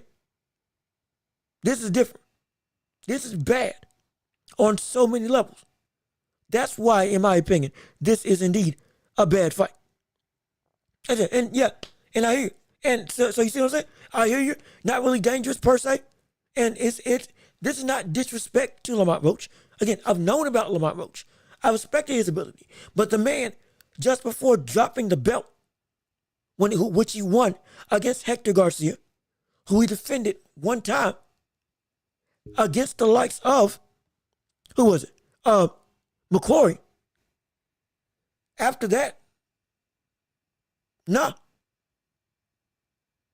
Didn't really do anything else. And so it's a problem. It's a problem. So that's why, on the whole, this is a bad fight. And because it's a bad fight, more than just, oh, we think Tank's going to win. It's a bad fight because of everything else that, when you put context surrounding this fight, Lamont Roach, who Lamont Roach is, his own ability, Tank, who Tank is, Tank's ability, and what's expected of Tank versus what is expected of Lamont Roach at this stage in their careers. Oh, it's a bold-faced problem. It's a bold-faced problem. And again, Tank is the brother's at a crossroads. The man cannot afford to struggle, and we better see this brother genuinely have a great display come his next couple outings. Because if he does not, my gosh, it's going to be a problem. It's going to be, oh my gosh. Oh my gosh. Wow. Okay, I'm sorry. I just saw some video game news. My apologies as I'm going through looking for the boxing news on Twitter. Just saw some video game news that Warner Brothers is shutting down one of the bigger gaming studios that was going to make the likes of a Wonder Woman game, which I was incredibly excited for. Whole nother conversation, however. So, my apologies. Sticking to sports. But again, we are in the championship rounds, so whatever people want to discuss, we can discuss, no question. But regardless of which, that's why I say that Tank in this fight is indeed a bad fight. But again, is there anything else you all want to discuss? Anything else you all want to talk about? Would you like to talk about the NBA? Would you like to talk about now Luka getting ready to return to the Dallas Mavericks on tonight, which is going to be one of the biggest grudge matches and one of the more high-profile fights of the NBA season? And Luka's revenge return after just putting up 32 in their last game, now looking more comfortable, now looking more exciting, now with the likes of Los Angeles and LeBron James and JJ Redick having, of the last 15 games, the best defense in the NBA without a legitimate big man, having to say, wait a minute now, this team's looking mighty good. This team's looking mighty fine. This team's looking like a real Rough Rider squad that can really give everybody a run for their money. Oh, it's going to be exciting. And now look for Luka to potentially put up upwards of 40. Oh, he's going to get force-fed the ball. And they're going to be high in terms of LA and specifically Luka on shutting up Nico Harrison. We broke down the trade. We broke down the hate that Nico has for Luka. Mark my words, Luka's going to make him regret it. Oh, it's going to be popcorn, cinema. It's going to be a horror movie. A la Jason Voorhees, a la Freddy Krueger, a la Scream. 1, 2, 3, 4, 5, 6, or 7. What are the new ones that they got coming out right now? It's going to be a massacre. Oh, and I can't wait to see it. It's going to be phenomenal. Oh, and by the way, don't forget the Knicks look like they're in a little bit of a downtrend right now. All the talk about them being competitive. All the talk about the Knicks being in a situation where New York is back on top when it comes to the basketball regime. With the likes of Jalen Brunson, Cat, OG Anunoby, and others, all of a sudden, not working in the same vein that we thought it was going to be. Slipping in the Eastern Conference, all of a sudden dropping some games that they should have won, and now their roster looks to be essentially stuck. Genuinely. Now you got a situation where this team is really looking like they may have made a mistake. Paying Cat all that money, paying OG Anunoby all that money, Josh Hart, all that money now. There's no real room if they really want to make this team improve. Oh, buddy. Oh, we. Looking like a potential concerning situation. Again, they are second in the Atlantic Division. And when it comes to the whole of the NBA roster, we have seen this team. They're still third in the Eastern Conference. Don't get me wrong. Absolutely. But of recent, in the last couple of weeks, we have had some, how do we say, fairly concerning developments when it comes to what this team was looking like versus what this team has recently turned into. And so, hey, oh my, be on the lookout. There is some dissension on the side of the Knicks. There are some people concerned. So, oh my. But again, there's some topics that we could discuss on the night. Also, with what's going on in the boxing world right now, let's not forget that if we do see Junto Nakatani versus Noah Inoue, now that he's completed another title defense, and I believe this is now his third title defense at bantamweight, which we touched on Nakatani earlier. We could also see this brother now get back in the ring and effectively announce he's moving up. In fact, let me check and see, because after this knockout, did he say that he was going to move up against the likes of Inoue at this point? Let me make sure.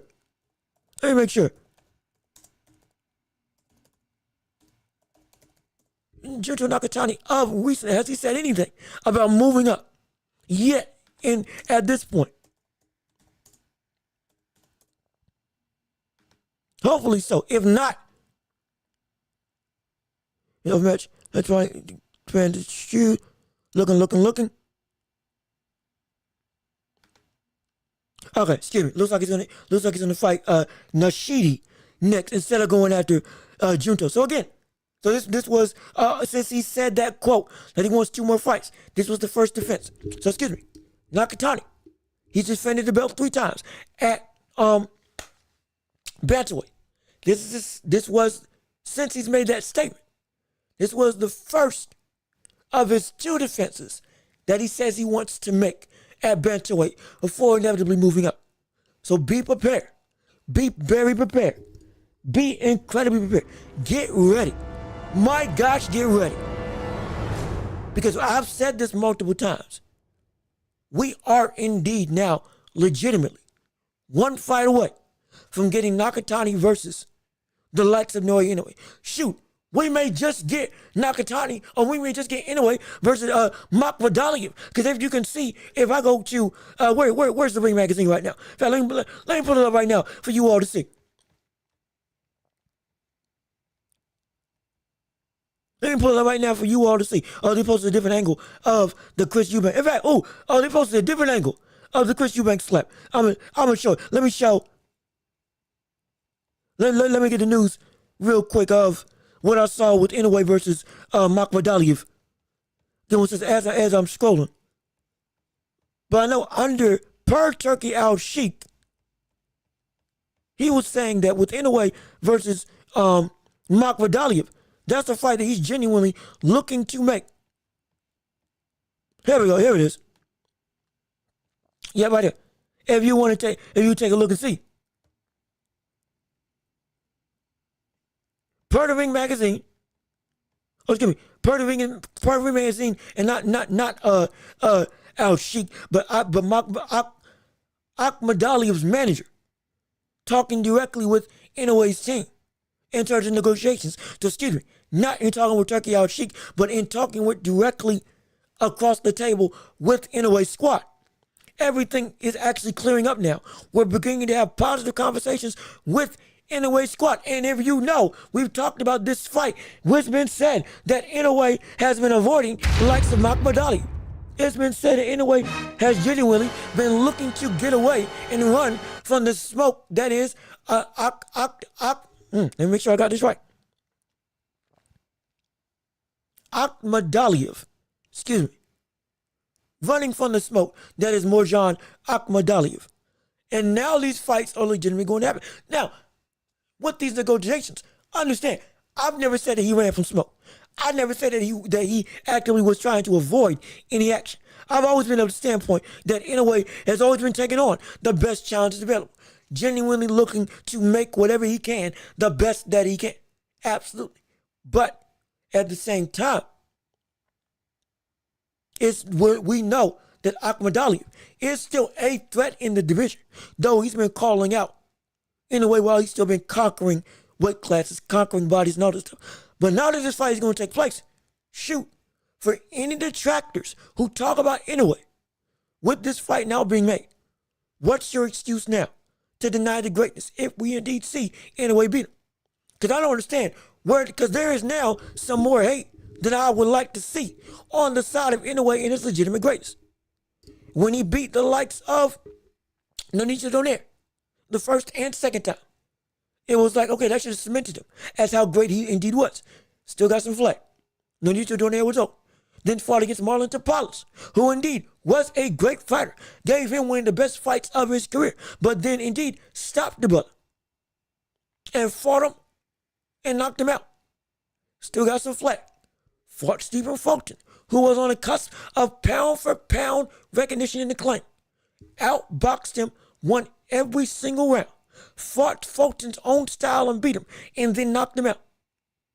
Now you're saying that Fulton was washed, and Fulton ain't really like that, which is a bold-faced lie, as we saw against the likes of Brandon Figueroa in their rematch. Now going up and fighting against the likes of Louis Neary, who was a quote unquote boogeyman in the world of Japan, had been banned, had been disrespectful, was hated. The ban got lifted strictly so Inoue could knock him out. Inoue got knocked down by the powerful Luis Nery. Got up, knocked him down directly after, won every round and then knocked him out like he had gotten shot in the head. And then boom, still got some flack. Oh, people don't know who Luis Nery is. Now going up against Akhmadaliev, who is indeed, or is it Akhmadaliev? Excuse me. Going up against Akhmadaliev, who has been said to be avoided by Inoue, consistently run away from by Inoue. Somebody who Inoue does not want any part of. Somebody who many are saying is now Inoue's biggest competition to date. Bigger than Sam Goodman and others. Though he hasn't done as much. Still, again, granted, been a champion, all this stuff, we understand. Still a great fighter, don't get me wrong. But regardless of which, if he does beat Akhmadaliev, knocks him out, like he's done with every single one of his other opponents, consistently dominating and overpowering, overwhelming everybody that steps in his way like the monster that he is. What is that going to say about him at that point in time? Now, is there still going to be some detractors? Because at that point in time, I genuinely want to know, outside of Sam Goodman, who else is there for Inoue to have to prove himself against at this division in order to validate what he is as a boxer? What else is there for him to prove? Who else is there for him to say, oh, you ain't bad, you ain't nothing, to quote Michael Jackson? What else is there? Who else is there?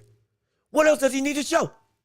And again, Junto looked like a monster, and I want to see Junto fight against Inoue. Absolutely. But what I'm getting at is the fact that wish it could get a Japan showdown. And it's going to happen. Remember, understand. It's going to happen. It will happen. Nakatani, like I said before, Nakatani's defended his bantamweight belt 3 times. Since saying that he wants to defend his belt 2 more times before moving up, he defended it just now against Collier. So this was one of the 2 last title defenses that Junto has said he wants to take before ultimately moving up to 122. So we're going to get that fight. We're going to make it. It's going to be happening. So it's going to transpire. Oh, it will happen. We are genuinely one fight away from getting Nakatani versus Inoue at 122. Because Nakatani has already said when he wants to move up. And this is the first of his last 2 title defenses, by his own words, that he says he wants to do before he moves up. So we're going to get that fight. But the issue I'm having is that people are still disrespecting Inoue and saying he isn't really worth the hype. But I'm saying within all the other divisions, 118, 120, 122, and even before 118, he was cooking everybody in his way. And the biggest people like Stephen Fulton, like the Nietzsche Donaire, that he knocked out or beat in the Nietzsche Donaire, and then knocked out the second time, and then outboxed and knocked out in Stephen Fulton. Now they're being detracted as you weren't really all that. You don't fight outside of Japan. Well, he's fought outside of Japan 3 times. You don't fight American black fighters. Well, he's fought Stephen Fulton, who was on the fringe of pound-for-pound contendership, and he knocked him out. And you were saying, and everybody was saying, that Fulton was going to school him. Shoot, that was one of my biggest videos. And honestly, that's where this channel kind of exploded. When I talked about Inoue versus Fulton. A 50-minute breakdown on the fight, surrounding the context, surrounding what they bring to the table, the ramifications for the fight. You can go watch it. You can go watch it right now if you want to. One of my highest viewed videos on this whole thing. I was in the minority that was saying that the likes of Inoue was going to beat him. People were saying, brother, finally we got somebody that actually knows what they're talking about when it comes to this boxing game, because somebody knows what Inoue's about. I was one of the few. And boom, I exploded and flourished, thankfully. But not trying to brag. The point is, every step of the way that we've seen Inoue be dominant, people still, in some way, try to downplay into a degree where he's been undisputed twice, 4-time conquering champion, is indeed, at one time, was the best in the world. Right now is, in my opinion, the second best in the world, outside of Usyk and just above Terence Crawford. Is on the track we've seen with Manny Pacquiao in terms of he's got that innate ability to conquer multiple weight classes and be incredible in doing so. Also, my boy, what's up with you? How you doing, brother?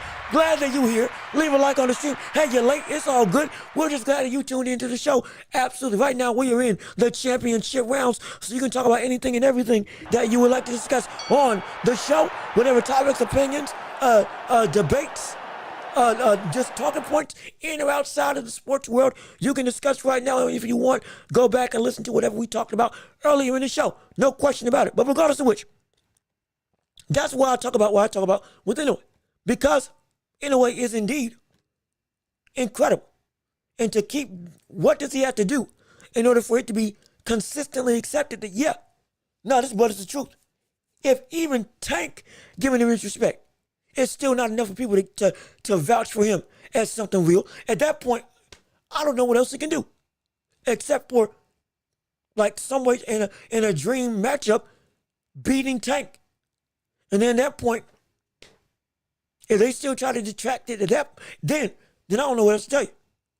But at this point, if you're still against Inoue as not being a truly all-time great fighter, that's a you pop at this point.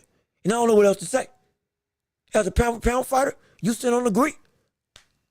Again, it's your list. You have your opinions, absolutely. But I don't know what to do. And I would just say, in terms of that opinion, I would keep that to yourself. Because in the grand scheme of things, brother, you're gonna get bitten in the butt by some more ravenous people, by some more disrespectful people. I respect it, but I starkly disagree. And I think that you may want to reevaluate that level of thinking. If I was you, but let's see, I can't keep watching the X type. It's for the 8th time with 8 different, like, I'm telling you, now that I see it from all different places, I'm like, it just gets more and more disrespectful as time goes on. I can't wait to see what Conor Benn does next in 2 days from now. Thursday's going to be a fever dream. It's going to be incredible. They'll need 5 Tokyo Domes to hold that fight. And shoot. Like, are you kidding me? Are you kidding me? I don't know what stadium is going to be able to hold that. They got some big stadiums in Japan. Yes, they do. They got is it Kohino? What's that? Is it something Hall? Kohino Hall? It starts with a K. It's one of the most well-known boxing venues in Japanese history. That ain't gonna be big enough to hold it. The arena that they held the Thriller in Manila, the arena that they held Tyson versus Douglas, and that they just held Louis Neary versus Inoue, that may not be big enough. I genuinely don't know what's gonna be big enough to hold this fight. It's gonna be stupid. It's going to be stupid. And I can't wait to see it. Absolutely. Folks is now a 126 champ. Just beat and dominated Figueroa. And so just shows, and like I said before, just speaks to his greatness and shows how good Inoue really is. And shows how good Fulton is. To avenge his loss this dominantly. But has now got a shooter in the works with Timberland because of him wearing Timberland boots as part of his get-up kit when it comes to boxing. And so on another fight. Phenomenal. Inoue fought in America 3 times and wins in Scotland. So no, he's incredible. And so he's phenomenal. Nobody wins 7 rounds. Absolutely. Did you watch Japanese Sunday event? It was insane. Well, I got to see it. I got to see Nakatani knock out Collier in 3 rounds. I got to see the only fight that I didn't get to see because I was trying to rewatch the Bivol fight and Beterbiev fight that I got to go rewatch is the Diego Haida fight. I need to rewatch that fight. That's the only fight I didn't get to see because I had to split time to go and witness this. But regardless of which, the whole card was incredible. If you ain't seen it, it's on ESPN Plus, or somebody will probably put it up on YouTube. Go watch it. Also, the full fight card of the last crescendo, all 8 hours of it, is right now on YouTube on Turkey Al Sheik's channel. So if you want to go witness what happened on what we paid $25 for, and now we getting outright for free, the literally 2 days after, go look up the whole last crescendo, and you won't be disappointed. Mark my words. But shoot, I think that's all we got to cover. I watched the Japanese event. It was incredible. We covered everything in the last crescendo. We covered Shakur Stevenson. We covered Bakole. We covered Bivol versus Beterbiev. We covered the rematch that's going to take place.